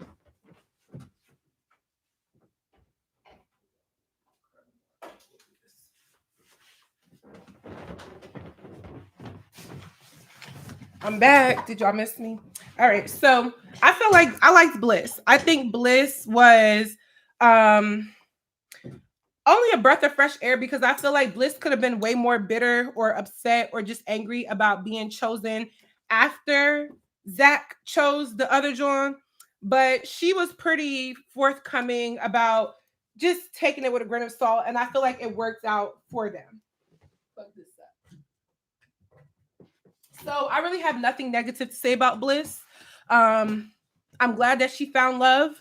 I'm glad that Zach was smart enough to double back to her because, honey, the other joint, when I'm gonna get there. Okay. Someone said Bliss is Hispanic and black. She's black too, just light skin. I thought Bliss was she looked like she was they showed the parents. Her parents looked like mixed and I would say like mixed and Latin. And I would have gave like her mom looked, I can't remember. No, her mom did look black, I think. Yeah, it was the dad that was definitely Latino. You're right. Yeah, so that's how I felt about Bliss. Nothing really bad to say about her. She was a breath of fresh air. I think she was very beautiful. I love the way how she did her eyeliner. I kept looking at like her eyes and her eye makeup, and I was just like, she's so beautiful. Like I liked her. The next person we're going to talk about is Brett. I think Brett, literally, I like the conversations that Brett and Marshall were having about them being Black men and them not being shown, Black men not always being shown in a way that they should be shown. And I also felt like with them saying that was good, because oftentimes on a channel like mine, we're going to talk shit about Black men, but I feel like when Black men should be commended, let's commend them. And is this even on? Oh, okay. And I feel like there was a side conversation that I remember them having when he was like, we're Black men. Most people don't get to see us in this light, and blah, blah, blah, blah. And I liked it. I think Brett was so mature. Fine. You know what I'm saying? I'm like, okay. I loved the way how he loved Tiffany. I liked it. I feel like it takes maturity to be on a show like Love is Blind and take it serious, at least. I feel like it takes maturity because for whatever reason, I feel like some people faltered through the show over the course of the years. Like I think season 1, they had the one guy, I think he was bisexual. I don't even remember his name, but I remember he was going off on my girl Diamond, like, how dare you, sir? In season 2, who was the antagonist? Was it? I can't remember. But I know for season 3, it was his name Shake? Maybe that was season 2. At this point, I don't know. But I think it was Shake last season. He was like the antagonist. And then this season, we'll get to her. But they always had that individual in there that didn't show that maturity that it would take to literally love somebody without seeing them. So I don't know if Netflix just intentionally cast people sometimes that's like, oh, this person shouldn't be here. But hey, I was so confused by some people and other people. I was like, okay. Moving on to Chelsea. I actually didn't dislike Chelsea. Now, I feel like Chelsea had like some underlying jungle fever. I don't blame her because I kind of feel like Kwame. I was confused that he was calling himself Kwame, but then his sister called him Kwame. I didn't know that Ghanaians pronounced it like that. I would have thought it was Kwame, but correct me if there's some Ghanaians in the chat. Let me know. But I feel like Chelsea actually was a real girl. I don't think there's anything bad you could say about Chelsea. Now, granted, I'm watching this. I'm saying this after only watching it. I didn't get on Twitter, YouTube, or nothing to go and watch what anybody else has said. Or anybody else's narrative. I haven't even done that yet. I'm just speaking from my own recollection. I feel like Chelsea, I didn't think that Kwame was going to say yes to her, and we're going to get into the couple soon, but I didn't think that he was going to say yes to her because that was his second choice. And I feel like Chelsea, from what she presented herself to be, she was way too accomplished as a woman in her career to accept that. I'm glad it worked out for them, or is working out for them, but I feel like I don't know. It was coming off a little bit desperate, but I feel like all in all, she laid it out on the table. Actually, let me do it away from my face. She laid most of it out on the table, and I kind of feel like, okay, well, damn, where did I put that glove? Okay, it's over there. I was like, okay, well, she didn't do anything that I dislike other than the fact that she was desperate, which made me feel like, is this genuine? Is this jungle fever? I don't mean to be like that, because it's like, okay, not every single time where there's an interracial relationship does it have to be some type of fetishization. You know what I'm saying? But it was just a simple fact that when Chelsea realized that she was also number 2, I feel like she could have kept her options open, and she didn't. And if Micah would have just went ahead and said, okay, well, Kwame, yeah, I'll accept your proposal, Chelsea would have never even been on this show. Somebody said Chelsea loved him more than he loved her. Yeah, because Kwame, somebody tell me how to say it. I'm going to get to him. He might be the next person on the list. But that's how I feel about Chelsea. It says that, and let me even go back. It says that Bliss is 33 years old. She's a senior program manager. That's what she does. Brett, 36 years old. He's a design director. I went to his page today, and I saw that he works for Nike, which is so impressive. So impressive. It makes sense why they out there in Seattle or Portland or whatever. So impressive. Chelsea, she's a pediatric SLP. I think she does speech and language. I can't talk. I might need her services. Speech and language pathology for children. So that's impressive. And the one thing I do like about Love is Blind is that they pick people, for the most part, they're picking people that are accomplished. These are career bound individuals.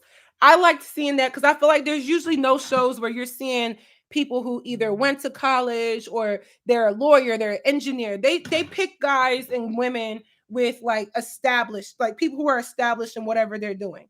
And that's what I do like, that part of it, because it makes it more unique and it makes it more practical that these people are coming together in a sense where they should work, because part of the, I guess, relationship dynamics when it comes to that aspect, for usually for both parts of the couple, it's already good to go.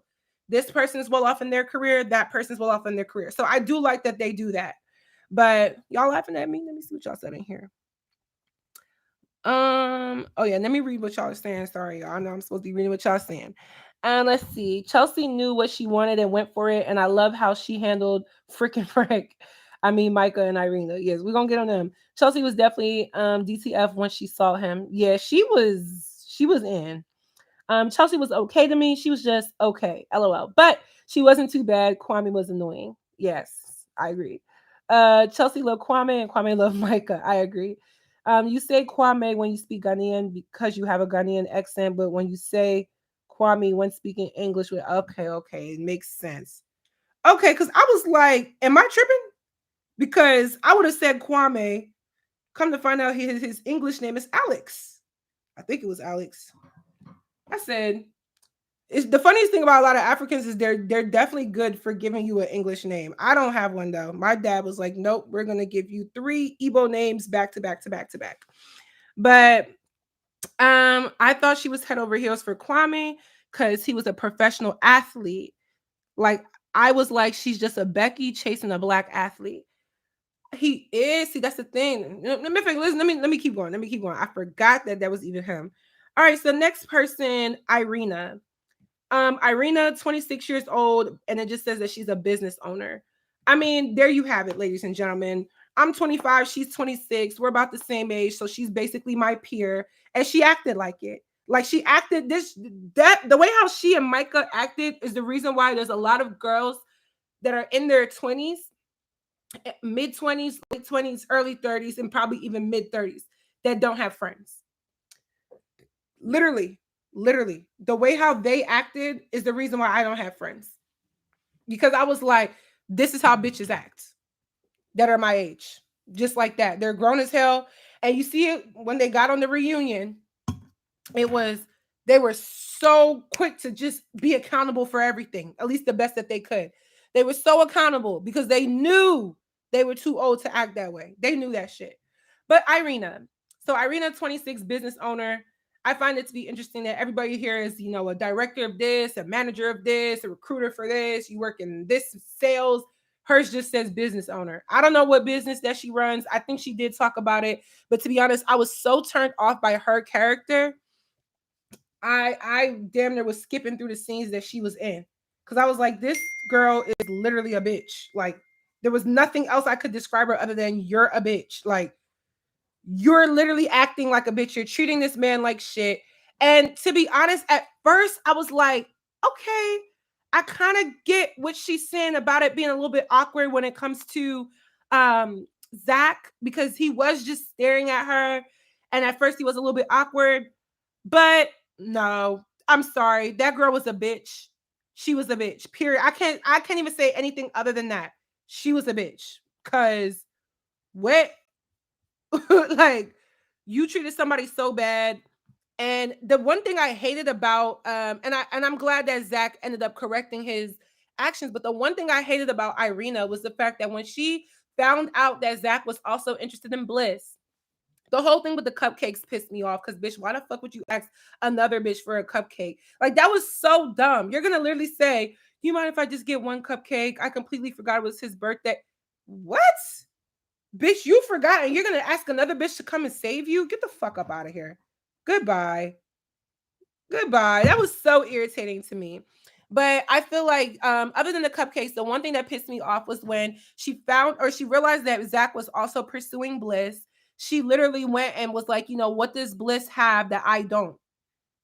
First of all, ladies, I had to learn the hard way. You don't ever say that shit to a guy because he will hurt your feelings. Granted, Zach was not the type of guy to hurt anybody's feelings. So, you know, he said it in the most analytical, let me just tell her how it is type of way. But I don't know. Zach to me confused me because it was like, how did you not realize that Irina was who she was? He did know. He did know. I don't know what gave him the feeling to go and still pick her, but he literally told her, like, I feel like you're not a bad person, but I feel like you're the type of person that if somebody comes for you, you're going to respond in a vicious way. He said something about vicious. And I'm sitting there like,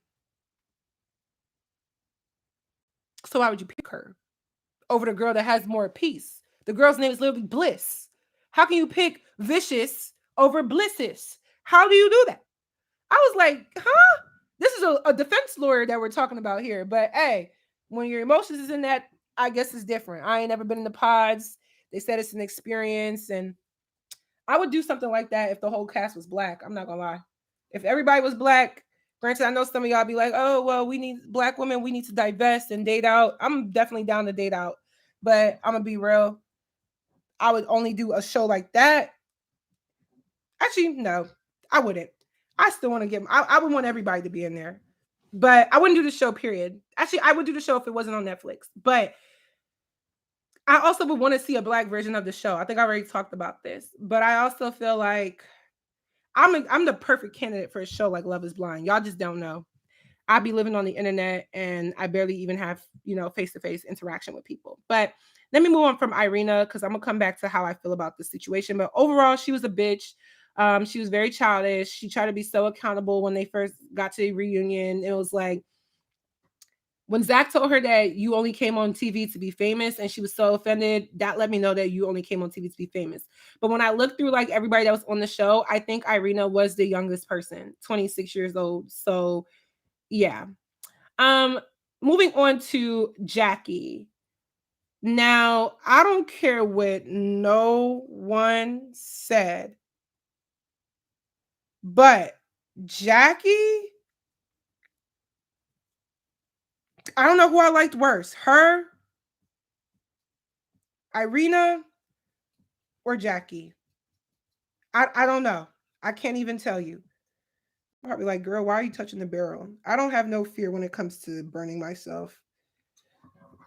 Like, yeah, I've been burnt myself probably 1,000 times. I think Jackie was worse than Irina only because Jackie lasted longer on the show. So we probably got to see more. I don't know if Jackie was an actor. Um, I don't know. But Jackie to me was the definition of what causes a lot of male trauma. I feel like that's exactly what Jackie was. And I could not for the life of me. I didn't like her off rip because I feel like, and I know I could get a little flack for saying this, but I feel like Jackie was also a stereotype. I literally saw Jackie as, I'm assuming she's Latina, the spicy Latina that can get away with acting the way that she does because of what she looks like and her background. I literally saw her as that. She was so nasty. She was like, she belittled that man. She emasculated him, Marshall. And can we get like, can Marshall get like another chance? Like, I'm sorry, but he needs to get another shot if he's not dating somebody right now. He needs another shot because I feel like he was slighted. And I feel like the comments tried to make, oh, you're so soft, you're so sweet. I feel like she was calling him gay. I think that's what it was. They didn't want to say it on TV because it would cause too much uproar for her. And I feel like Vanessa Lachey was trying to protect her. I'm not sure why. That's a grown-ass woman. I'm not sure why Vanessa. It came out very biased. Hence why I heard that Nick and Vanessa Lachey, they're now fired. It makes sense. It makes sense as to why they're fired. They're kind of irrelevant, if you ask me. As host, they're kind of irrelevant. But I felt like Jackie was just a stereotype for the spicy Latina. There was so many times when she was talking to Marshall, she was like, "Oh, you know how I feel, bro." Like it just was like, bro, a black girl would not be able to get away with this. The whole time watching them, like, there's no way a black girl. I didn't think it was Marshall, but I'm like, just off of perception alone, a black girl would have never, ever, ever, ever been able to just be on some like bro shit. And the way how she just was calling him sweet, and he was still there. It just would have never happened. Period. It would have never went down like that. Um, I didn't like Jackie. I feel like Jackie, she was manipulative. She was a gaslighter. Self-sabotage. So many things I could say about Jackie. And then somebody just said Jackie was wrong for keeping that ring. Like, why did Josh let your girl keep another man's ring? 1,000% agree. Why didn't you? I think that's what I saw go viral. That clip, right? That was them, right? If we talking about the same thing. I didn't like it. Somebody just said Marshall also gives off self-hater. He has a preference talking about she's a project ill. He was kind of off to me too. I don't ignore all those little side comments and reactions. Yeah, I think Marshall probably had this I'm a catch attitude. And when he wasn't, it showed. Like when he ended up not being that, his reactions and not being able to kind of deal with the fact that you're being rejected and you should just give up on this girl in this situation. He wanted to see it forward because I feel like with Marshall, he didn't want to make it seem like he failed because everybody else around him had, maybe not successful relationships at that time, but budding relationships. And he was just kind of there, Marshall. So I feel like that's why he was able to keep chancing it. He wanted it to work. But like you said, it could have been a preference thing. Someone just said, I think Marshall said that to be hurtful. Yeah, about the project, he most definitely did. But she had already been coming for him. I'm sorry, like she was already calling him soft and all these different things. Like she had already been coming for him. So if you ask me, it was warranted, especially after you asked this man to be a little bit more aggressive. Okay. And then when he clapped in her face, who you clapping at? Bitch, you just told me to get aggressive. He not going to put his hands on you, but you just asked him to get rowdy with you, and he did exactly what you said. And now you asking him who clapping at you. But did y'all notice after he clapped at her and kind of like said what he said, she was like crying and gave him a hug? I feel like that's because Jackie is the type of girl that thrives off of toxicity. You want a guy to be in your face and be like that to you. Like, and I'm not gonna lie, I've been Jackie. People be like, "Oh, Chioma, you talk shit." Yeah, whatever. I've been in all these girls' places that I talk shit about. I've been Jackie. Literally, my last boyfriend in college, well, he wasn't even my boyfriend, but he my ex regardless. And you still, anyway, shut up, Chioma. But literally, that's kind of how it was. I was enticed by the whole bad boy thing at that time. At this point in my life, I want peace. Please, no more bad boys for me. I want good boys. Church going, God fearing man. Please, no more bad boys for me. So I think that she thrives off of that toxicity, and that's what she was looking for. I feel like with Josh, I didn't like Josh. So entitled. I feel like Josh gave up too easily on Jackie. He could have maybe just took her from Marshall, but in the pods, he kind of just let it be what it was. And I didn't understand Jackie because it was like, well, Marshall said I'm his girl, so I guess I'm his girl. He put his foot down.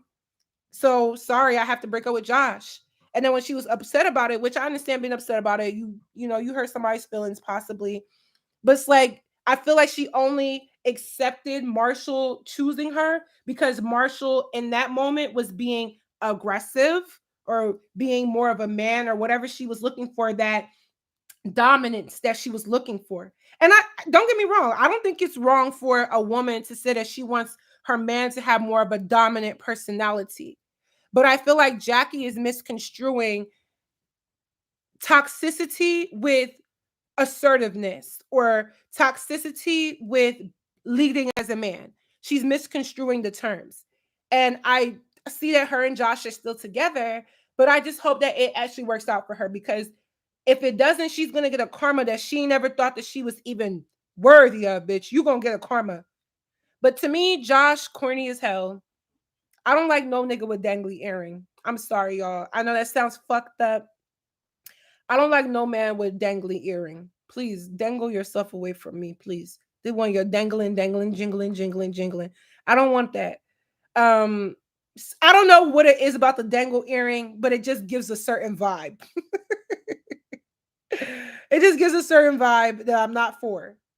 But what are y'all saying? Oh, we got some tea in here. Somebody said, apparently Josh got engaged in the show, but the marriage broke off behind the scenes. Okay, so when he showed up to Chelsea's birthday party being Mr. Man Macho, what was his purpose?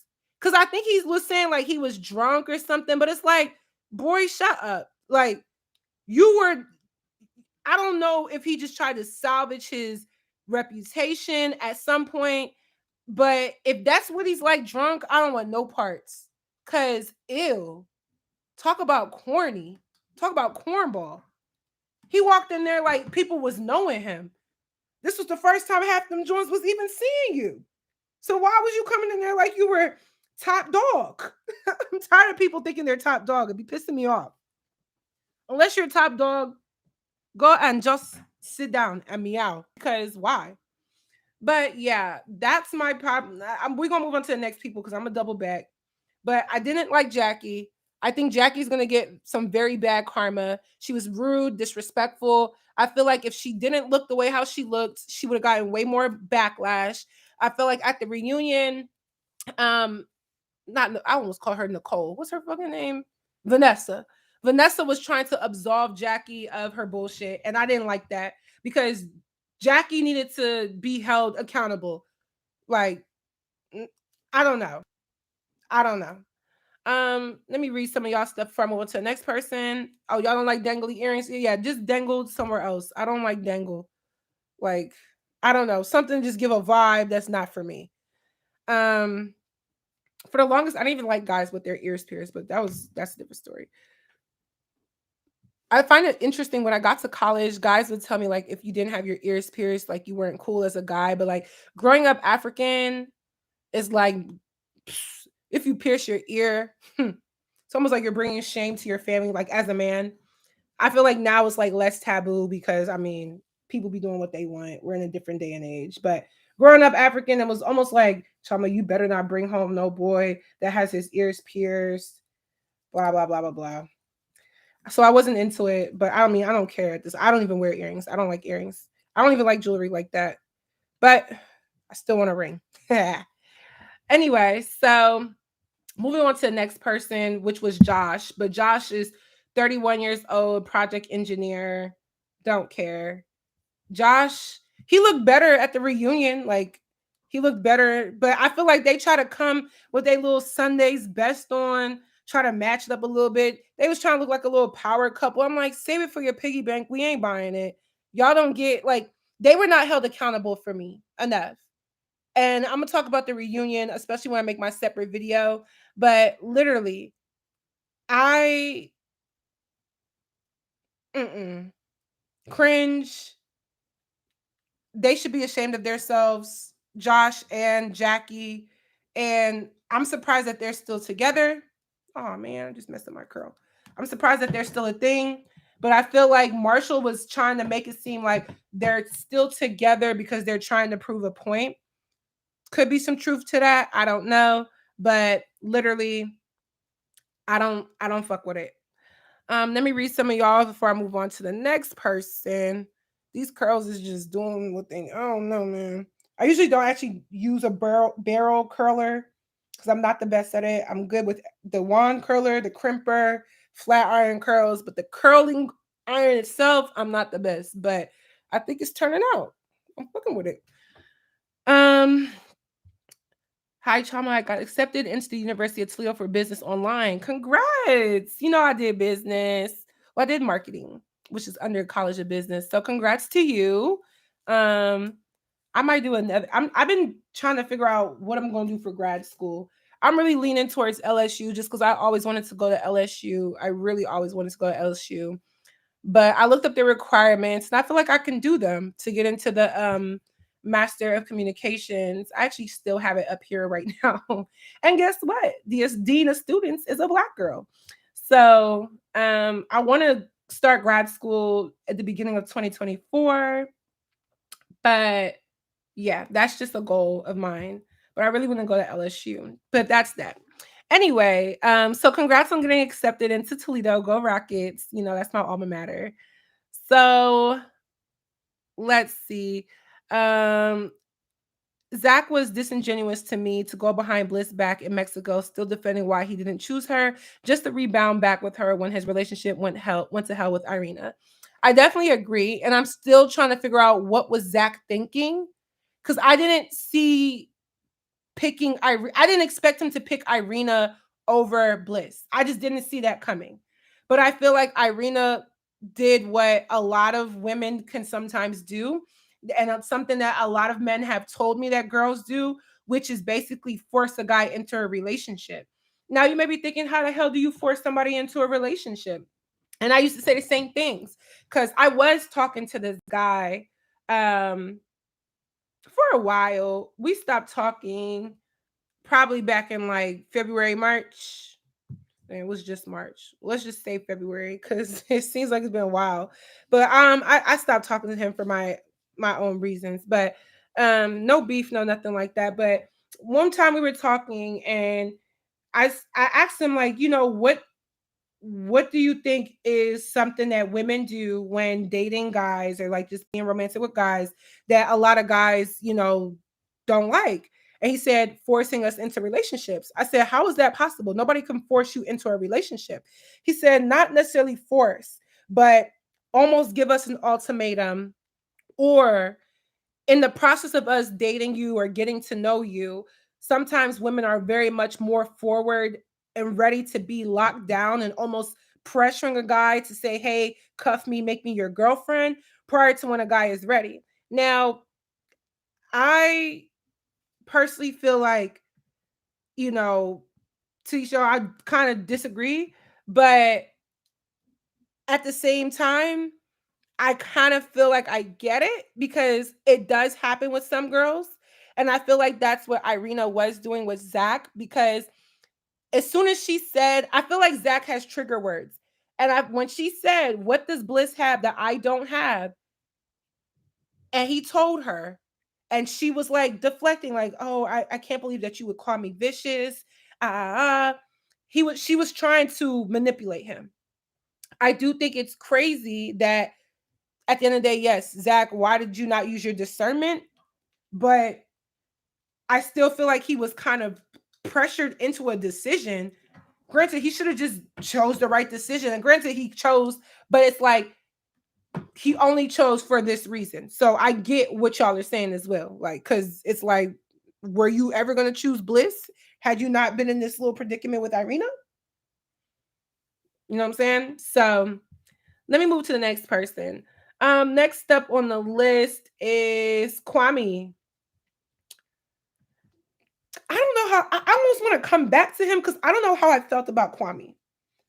I'm not going to say I dislike Kwame, my fellow African brother, but I was watching it with an open mind, y'all, because I'm like, I already knew as soon as he opened his mouth, okay, you like white girls. Didn't bother me. I think it's to the point. I actually think there's a lot of Black women that don't care that Black men date interracially. I don't think a lot of us care for real because it didn't bother me a little bit, especially with the options. I'm like, well, and that hairline. I don't know what he did for the reunion. The reunion, he had upped himself like a cool 4 points. But during the filming, I don't know what was going on. Let me be nice though. I've been talking so much. I need water now. I don't even think I have any in here. I'll get some. But Kwame, what was your thoughts on Kwame? Don't even worry about me because I don't even know. I don't think I disliked Kwame, but I also was like, something just was off. And it wasn't even, like, of course, the situation with Micah, Chelsea, him, yes. But something outside of that just Kwame in itself. I don't know what it was. I don't know what it was. Like,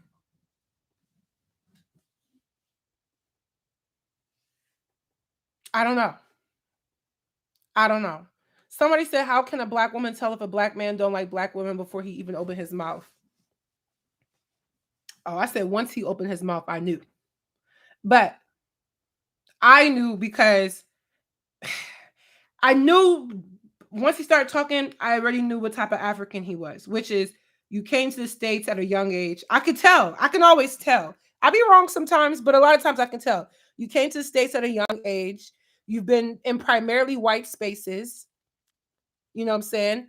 And you've been more relatable to, not even relatable, but more intertwined with white people because let's be real. I mean, I'm not trying to start no diaspora war, but I feel like as any immigrant, whether you're Asian, African, whatever, you come to America as an immigrant, you're not getting treated with like full blown open arms at first. So I feel like knowing a lot of immigrant Africans, you're not going to get open arms from, they're going to tell me I'm starting a diaspora war. But I don't think you get open arms from any Americans, but in this case, a Black American off rip. Because there's a similarity there. You're Black, I'm Black, but nobody likes Africans. And like back in the day, like that's just what it was. Not that nobody liked Africans, but just more or less like Africans are easy to tease, period. Like I was teased for being African. Granted, I was born right here in the United States, but they know you African, they're gonna African booty scratcher you the fuck up. So a lot of those people, granted, I never have resentment towards Black Americans ever, but there's a lot of people like a Kwame who I'm pretty sure, I'm just assuming, but I think I'm right, where you start to align yourself with more of the white people because you looking the way that you look as a nigga, you look like a nigga, right? According to them, in your American space is not going to be perceived that well by most Black people. I'm just being candid. I know y'all gonna be like, Chioma, you trying to start again, but I'm just keeping it a bean. Like this is an experience that I've seen. My cousins came to United States in like 2006. I remember their whole entire transition. So like, trust me. Someone said, unfortunately, I remember those days where people would make fun of Africans. Yeah, people with African booty scratch you the fuck up. You know what I'm saying? That's just what it was. So I already knew when you have that slight accent, right? The one where you're talking like me, but you have it's just a little bit of an African accent. You just added in a little bit. You know, you don't want to add too much, but you just want to say that you can speak a little bit more Americanized African, that type of thing, right? So when you have that going for yourself, shit, I might go out tonight. Anywhere. This is why I need to move because there's nowhere for me to go out in Ohio. But yeah. So Kwame, I personally just feel like I didn't give a fuck about the fact that he was going for white girls. I didn't give a fuck.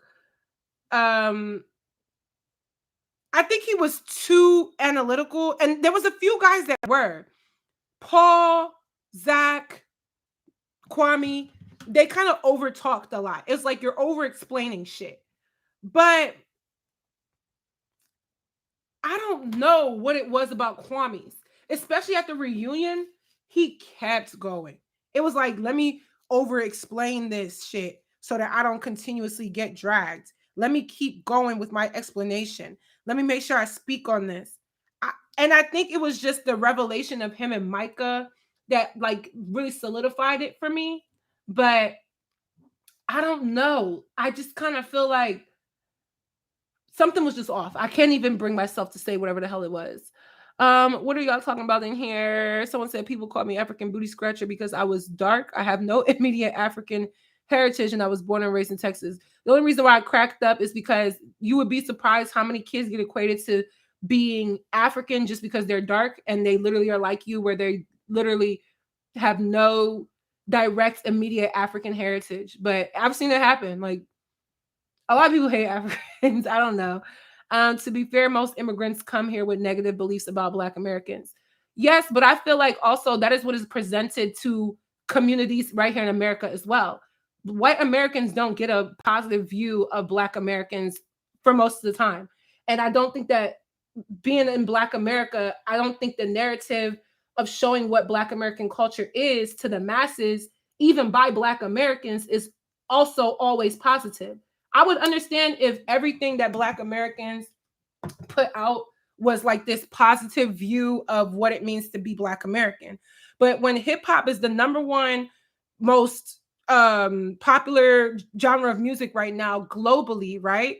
And what is hip hop? Negativity for the most part.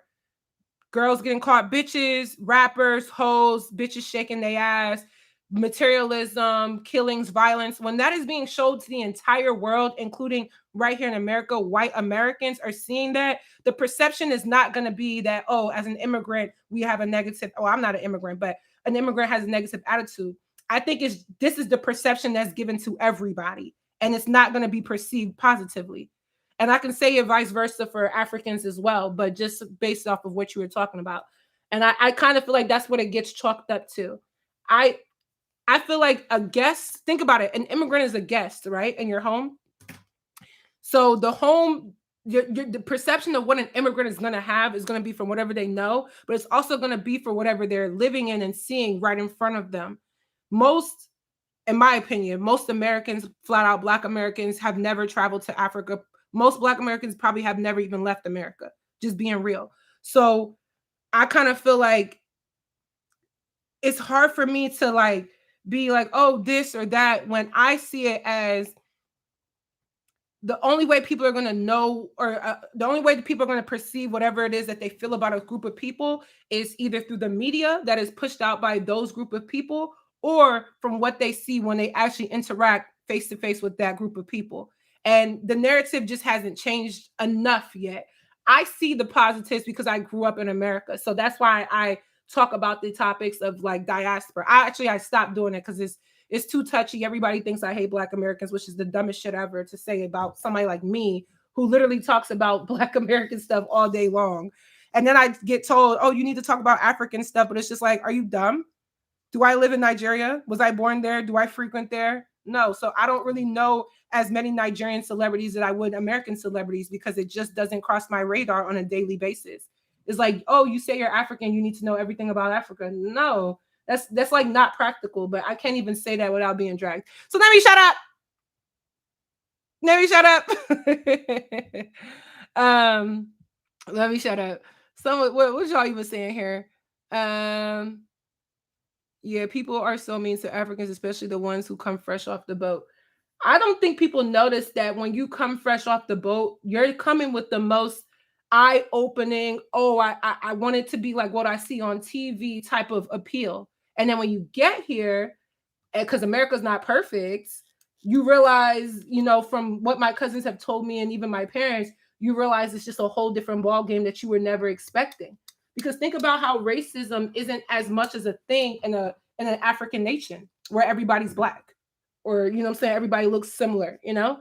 So when you come in here and now you're being thrown into something like racism and texturism, colorism, and all these different isms that are really, really, really aggravated in Black American culture versus other Black ethnic groups around the world, I do think it is like a shock to a lot of Black immigrants, whether they're African or from wherever. But I don't want to talk about this because this is going to turn into something else. And I told myself I'm never talking about this on my channel after what happened last time, because I made an opinion that I really thought was an opinion. And it's, oh, well, it's a fact. You offended me. Girl, I never said it was a fact. I just said this is my opinion. But anyway, someone said he was doing damage control for people calling him out about his obsession with Micah. Okay, see, I never saw the social media side of all of this, so y'all can get me hip. But that's interesting because he had to do damage. Like, I'm sitting there like, what is he over analyzing and apologizing to people's parents and families and shit? I'm like, what the fuck is this man talking about?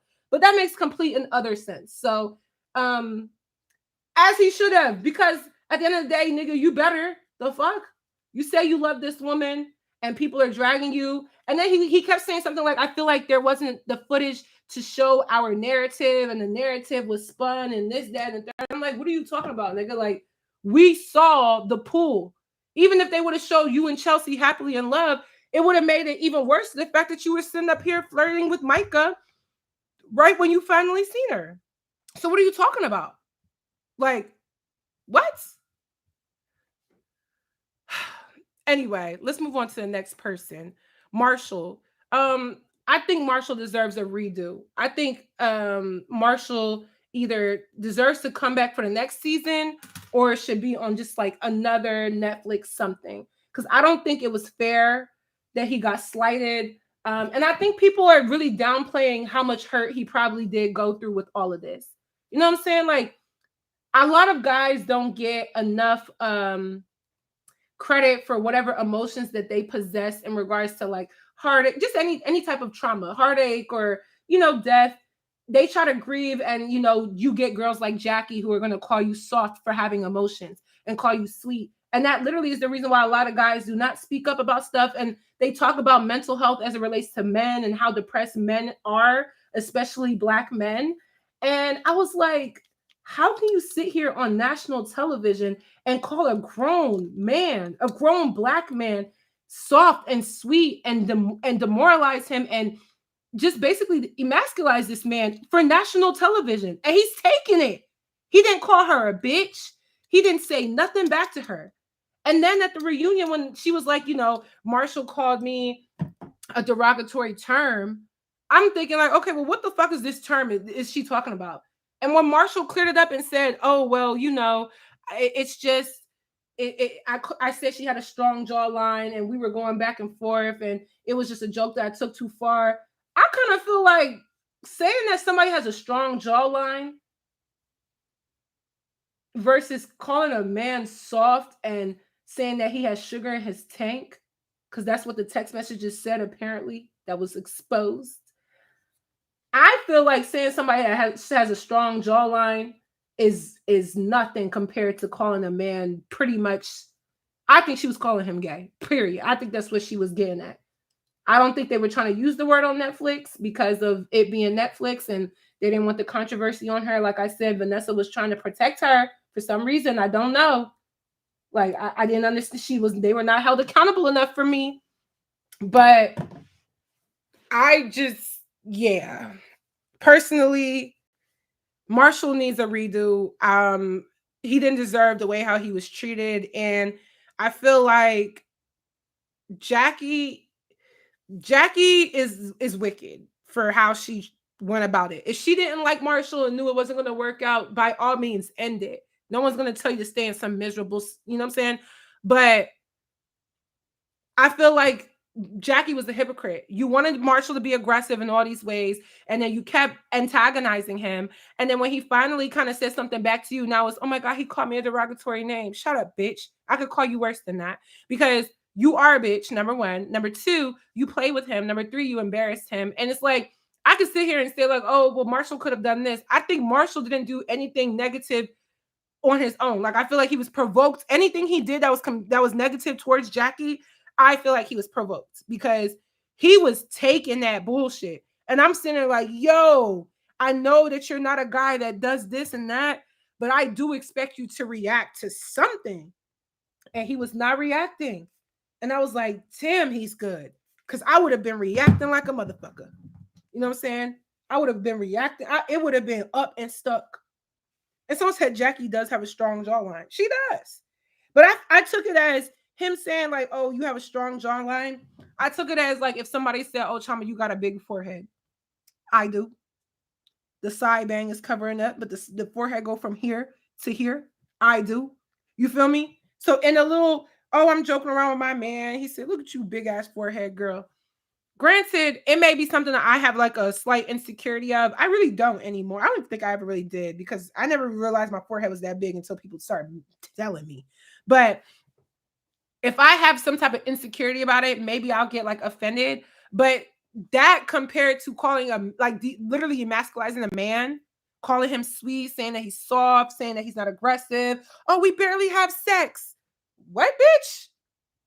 Are you trying to say? Like, what are you trying to say?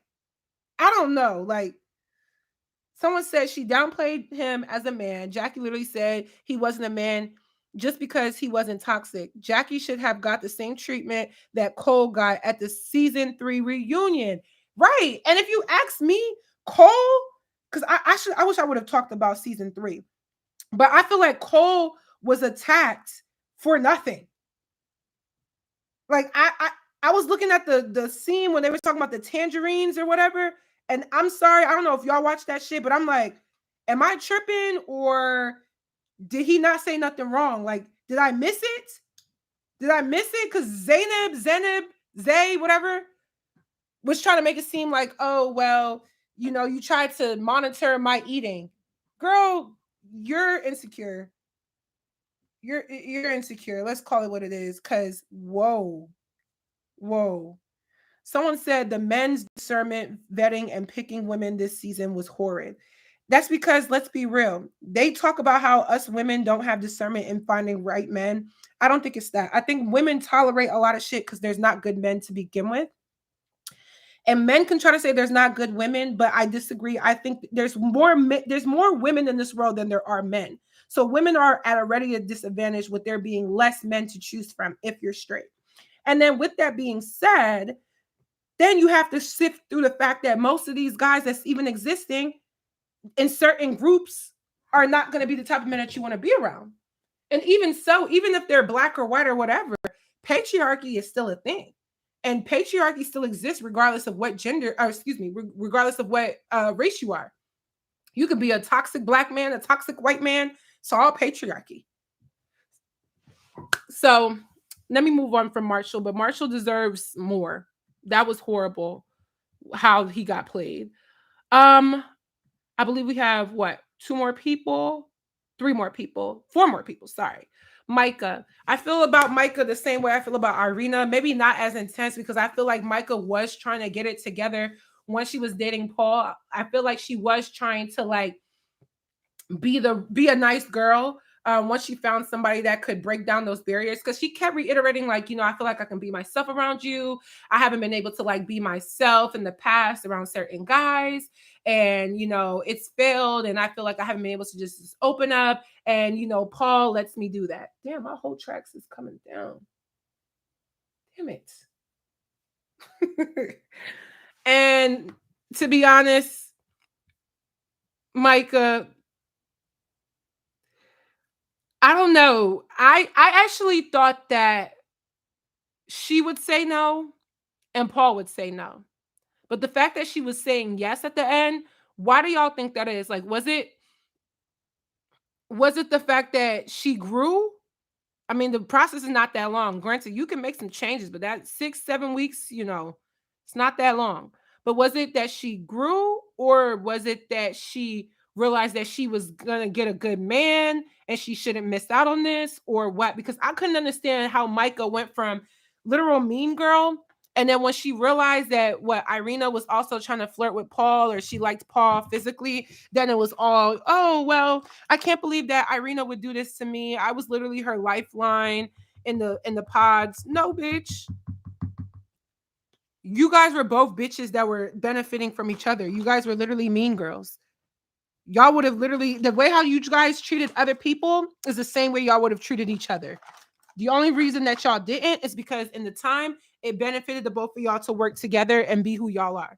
And because neither one of y'all had friends. Let's just call a spade a spade.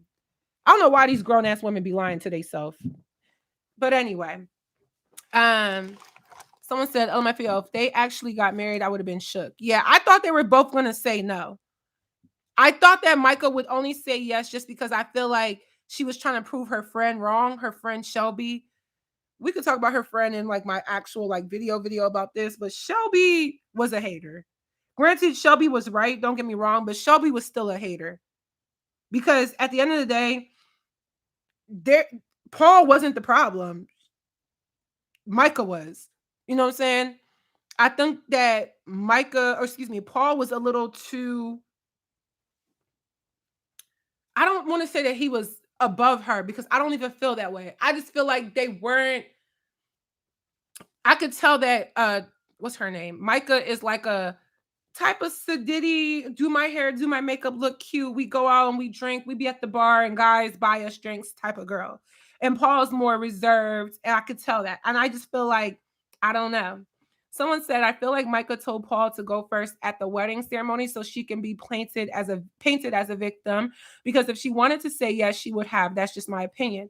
I can agree with that because I feel like I get what she was trying to do, trying to save herself a little bit of the embarrassment. But like you just said, it could have been intentionally so that she could get painted as the victim. Because I'm not gonna lie, from the reunion, maybe I was falling for the white girl tears.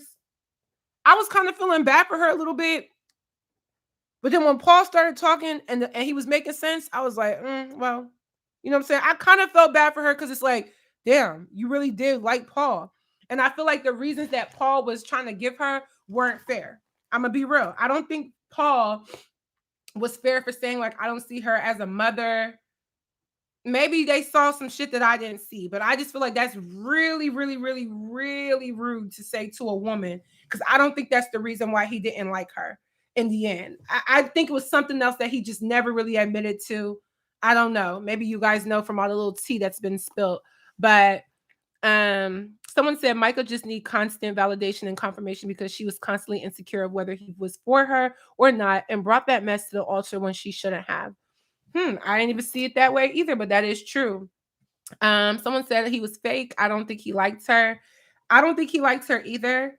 Something tells me Paul's mom was more into Micah because they might be like similar people, but then he made it seem like, yeah, physically they kind of have similarities, but at the types of women that they are is two different women. And I'm just like, I didn't really see that coming because they didn't really have issues like that, Paul and Micah. Like the only issue I saw was with her friend. Maybe I missed something. I definitely do be watching stuff like in and out of sleep. So I don't know. But let's move on from Micah. I just feel the same way I felt about Irina, just a little bit less. I do think that Micah was kind of being a fake mean girl. Like Micah gives me the vibe of I'm only doing this because my friends are doing it.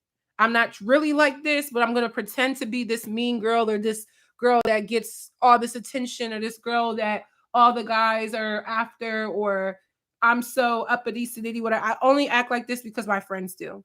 Even though when I looked at her friends, the brunette girl was the best looking girl of the group, but yet and still, I never thought Micah was ugly. I feel like at the reunion, she looked a little bit dated. I don't know what it was. I don't know if it was the color of her tan, the color of her hair, her makeup. I don't know. She looked dated to me. But someone said they don't have any discernment for preferences and any limits. They can do whatever they accepted what they want. I agree. Someone said I felt Paul couldn't care for the girl because she didn't flinch when she was flirting with Kwame nonstop. Ebony, you speaking facts here tonight, babe. Because I forgot. How could I forget? Duh, bitch. You were sitting here flirting with Kwame when you had fucking Paul. Duh, Chioma. How the fuck did I leave that out? But yeah, I think that had a lot to do with it because I don't know what it was with Kwame and Micah. I don't know. Michael, you made a decision that you were breaking up with Kwame for Paul. On top of that, you also knew that Paul could have been with Amber, and you also kind of put a stop to that. I feel like there was too much mean girl shit going on. Too much, let me manipulate this situation so I can work in my favor because I'm used to being like this in the real world. Hence why I'm unsuccessful with dating because you can't be scant when you're doing like real dating and romance. And I don't think neither Irina or Micah had the mature capacity for this show. I don't think so. Moving on to the next person. Paul. I really don't have much to say about Paul. I kind of feel like Paul was kind of forgettable, but I don't know. I don't think Paul was a bad guy at all. I don't really have much to say about him because I don't think Paul had that much of a presence. Only at the reunion, he had a lot to say. And I kind of feel like Paul, the only thing I didn't like about Paul is I feel like he didn't give Micah a real reason as to why he didn't like her. I understand the Kwame thing, but clearly Kwame was with Chelsea by that time. It was clear as day that he was going to be with Chelsea. So I feel like that's not it either. So it just had to been something else. Someone said Sydney Hughes sent $4.99. Thank you. And said, I think all he could see was bimbo. Party girl, bimbo gives evil stepmom vibes. I think that's what he meant. Okay, yeah, I could see that too. I just thought that she was willing to change. So that's why I was kind of thrown off. Like, I would have thought that they either both would have said no or they both would have said yes. I was not expecting that like cold conflict and then, let me let you go first. I don't know. But apparently they did try to date afterwards and it didn't work out. So, I mean, shit, just probably wasn't meant to work out. Moving on from Paul. After Paul, we have Tiffany. I thought that Tiffany was awesome. I don't really have nothing bad to say about Tiffany. I don't necessarily even have anything like remotely distinct to say about her too, because I kind of feel like Tiffany did what she came there for. She understood the assignment. Long story short, she came there. She knew what she wanted. She kept talking about how she was 36, and it was just like, okay, this is interesting because you would think a woman by that age would probably, most women are 36 are probably married with kids. So it was an interesting dynamic because I like seeing stuff like that. I mean, she's 10 plus years older than me. However, I do think that her dynamic is interesting to show or even worth showing because she didn't settle. She knew exactly what she wanted. And she was like, well, I will be kidless and ringless until I get the man that I want. And I think she deserved a man like Brett. I hope that they last long. I can see it happening. She definitely understood the assignment. Like, she came there, did what she had to do. And then the last person is Zach. Can we take a moment? Zach was looking like Bill Nye the Science Guy for most of this whole entire show. But at the reunion, I don't know I don't know if it's the bliss effect. I don't know if it was the beard, but Zach came up. I said, wait a second. I know this is not Bill Nye the Science Guy. It's Zach.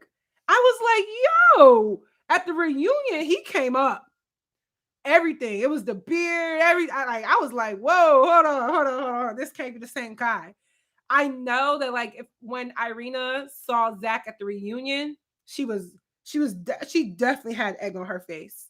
Cause I ain't gonna lie. At the reunion, Zach pulled it together. Like somebody said he went from Property Brother to Joe Goldberg. He for sure did. He pulled it together at the reunion. I said, wait a minute. This can't be the same Bill Nye the Science Guy that I've been watching for like the past 12 episodes.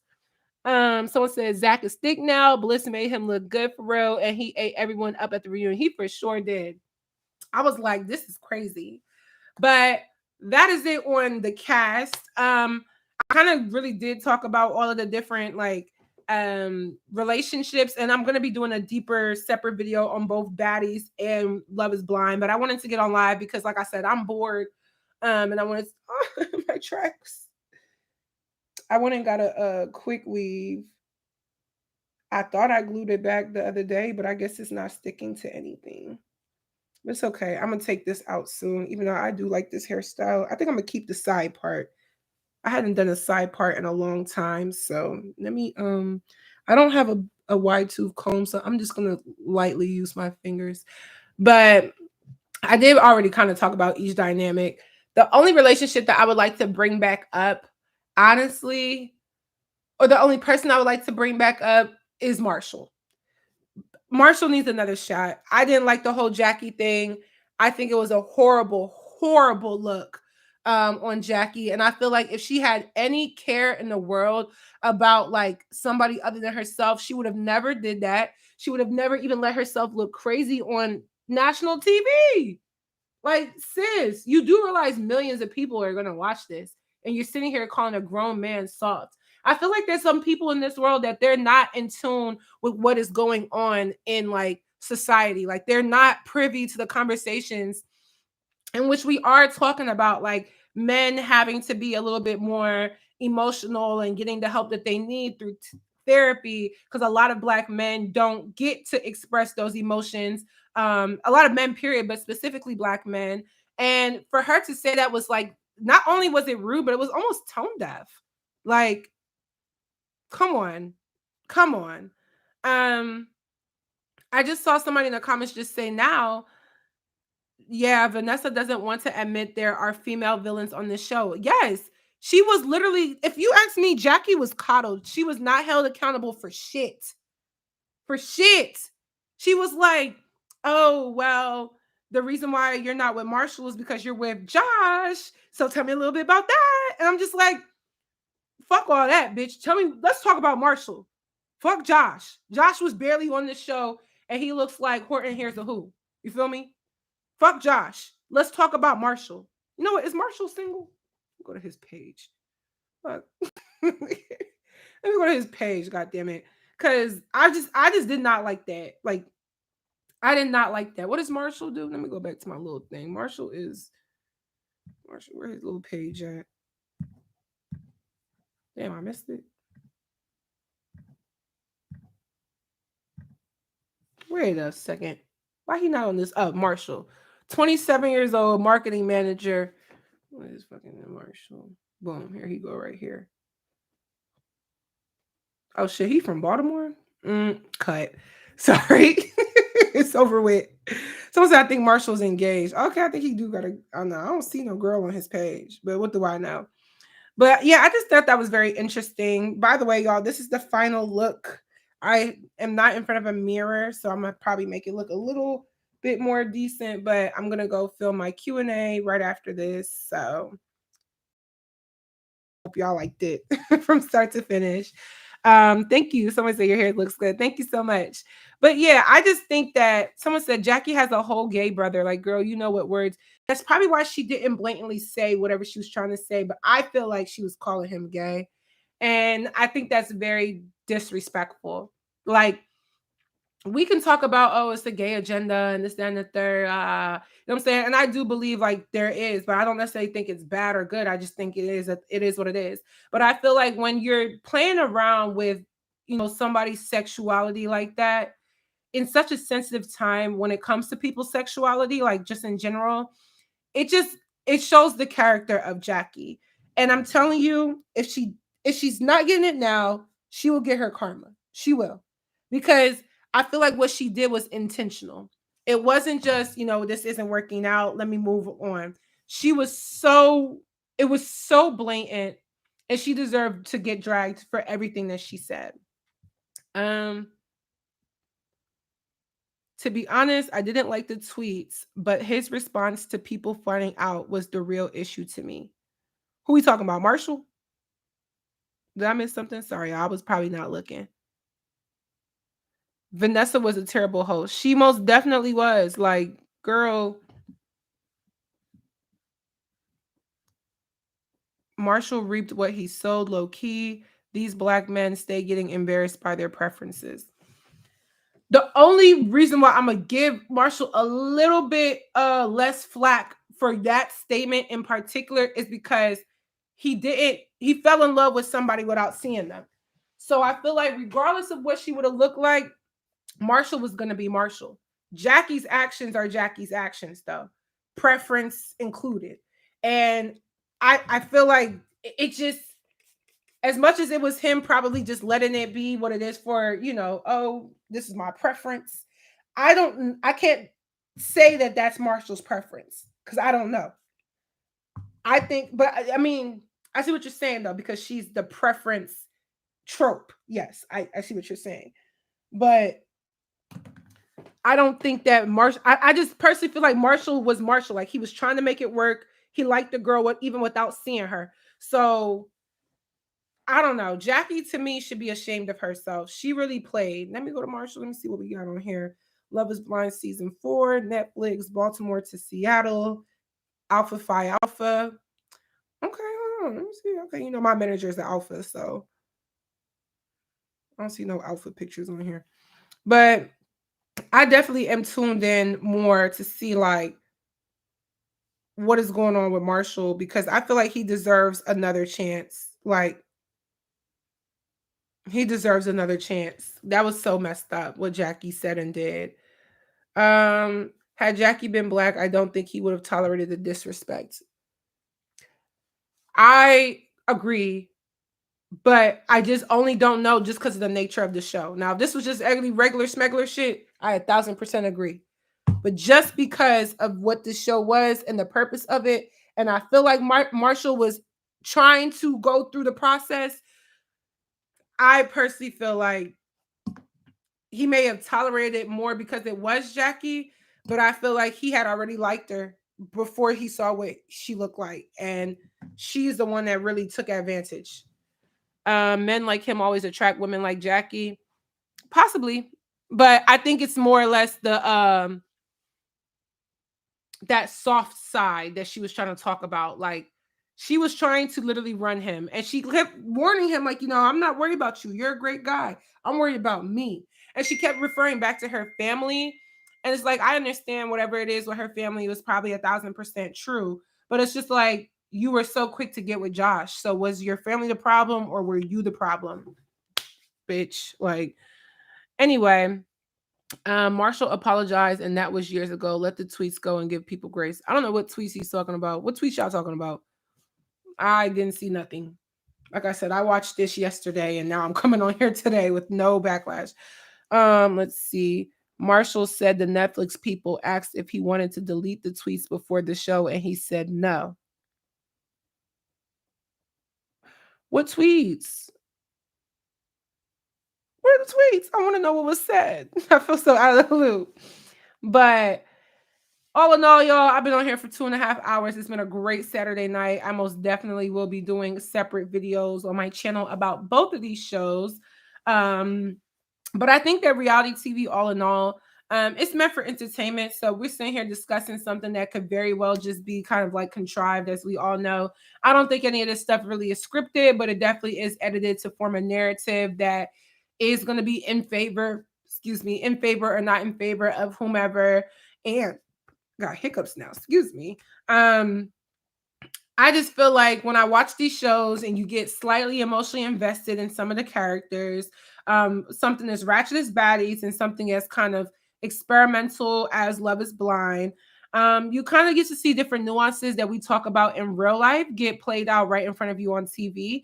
So it just goes to show, don't ever let anybody like shut you up about what you believe in and what you see, your perception of stuff. Because if we're being real, I know Baddies and Love is Blind is like contrastingly separate, but there's so many things that I talk about on my channel that like literally fall into all of these shows. And it's interesting to actually talk about them about real people and not like a movie or just tropes or people in music videos or dumb shit like that, like actual real life people. I would, if I had to rate Baddies West 1 to 10 this season, I'll honestly give it a 7 because I feel like they did get to bag. They upped the budget. It was way more entertaining. I actually liked the theme song, throw it back, hey, throw it back, throw it. I liked it. I liked it.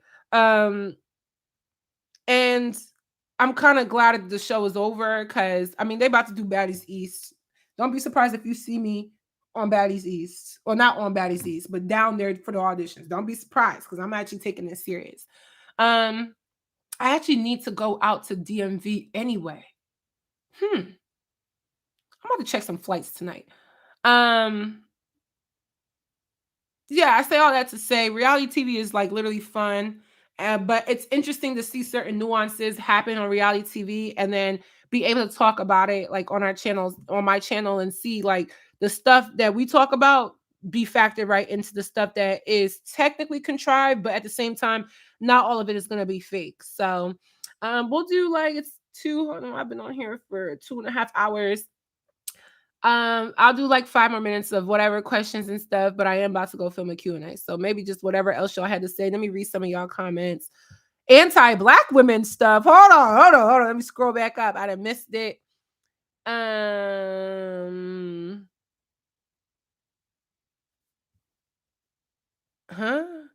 There were colorist tweets talking about he prefers Latinas and he doesn't like black women. Oh shit. I just sat here for 2 hours defending this nigga. Wow. Marshall was just with a brown-skinned black girl. Someone said I only agreed because of the way he seemed to be portraying and carrying himself. Now he's grown, but still has to work to do like us all. When were these tweets made? Because that's crazy. They were like a long time ago. We need to talk about the perfect match. Oh, we already talked about that one. I got a whole video on that on my channel because that was nutty. Someone said, like, if you don't believe that, why would you want to keep it on the internet? That's actually facts. Because now that you say that, it's like, if they gave him a chance to delete it before the show aired and you chose not to, well, then how do you really feel, buddy? Someone else also said, it's a reflection. Reality TV is I like reality TV because it's a reflection of the real world. It truly is. People could say it's scripted, but it's like it's not scripted. If it's just edited to give you a narrative. Um, let's see. He said we'd be talking about black men at brunch, but yes, he's with a brown. Oh, sorry, it's about to be 1 a.m. He's with a brown lady now. He done learned his lesson. I find it interesting that like Black Girls is in. You know what I'm saying? Like, I feel like I get so much attention now, and I feel like it has to do with that narrative of, well, we might as well just go back to our black sisters. Watch. Over the next few years, you're gonna see a lot more monoracial looking black couples and shit, but whatever. That's crazy. Well, y'all, it's 1 o'clock in the morning where I'm at. I'm here on the East Coast. Actually, no, I'm not. I'm in the Midwest. I forget where I live. It's been a good time chopping it up with you guys on this live. I really appreciated it. And I most definitely want to keep on doing more lives. I've been pretty busy for like the past month or so. Like I said, I've been helping my alma mater with their Black Student Union fashion show. So that was that last weekend? These weeks be going by so fast. One of my homeboys just texted me. Yeah, that was last weekend. So we were leading up to that. I have been working on that since like January, February. So now that the show is over, that's why I hadn't been posting because I was so busy with that. But I have so much more for y'all in store. I have a random opinions coming up this week. My video on the Kardashians, finally addressing the beauty standards that they have put onto women all over the world over the last, the whole time they've been popping. And just some other little ideas of videos that I'll think of. If there's any questions y'all want me to answer, definitely ask them now because I'm about to go turn my camera on. And I already have the questions from the last time I asked y'all questions, but I don't want to miss anything. So everything is, ready for the video. Nothing is off limits. So just anything else y'all want to ask, I'm going to write it down and go answer. But if not, like I said, I truly enjoyed being on live with you guys again tonight. It's been almost 3 hours actually. So we had a good little conversation. And I definitely want to do more of these lives, get back on camera a little bit more. This is my first on-camera video I'm about to go shoot. So I'm like, damn, Chioma, you haven't even hit that camera in a long time. Do you even know what you're doing? But we about to figure it out. So I hope you guys had a great night, great Saturday, wherever you are, and be safe, stay prayed up. I'll pray for everybody. Thank you guys for joining and supporting my channel as always. And I'll see you guys in my next one. Have a great night, y'all.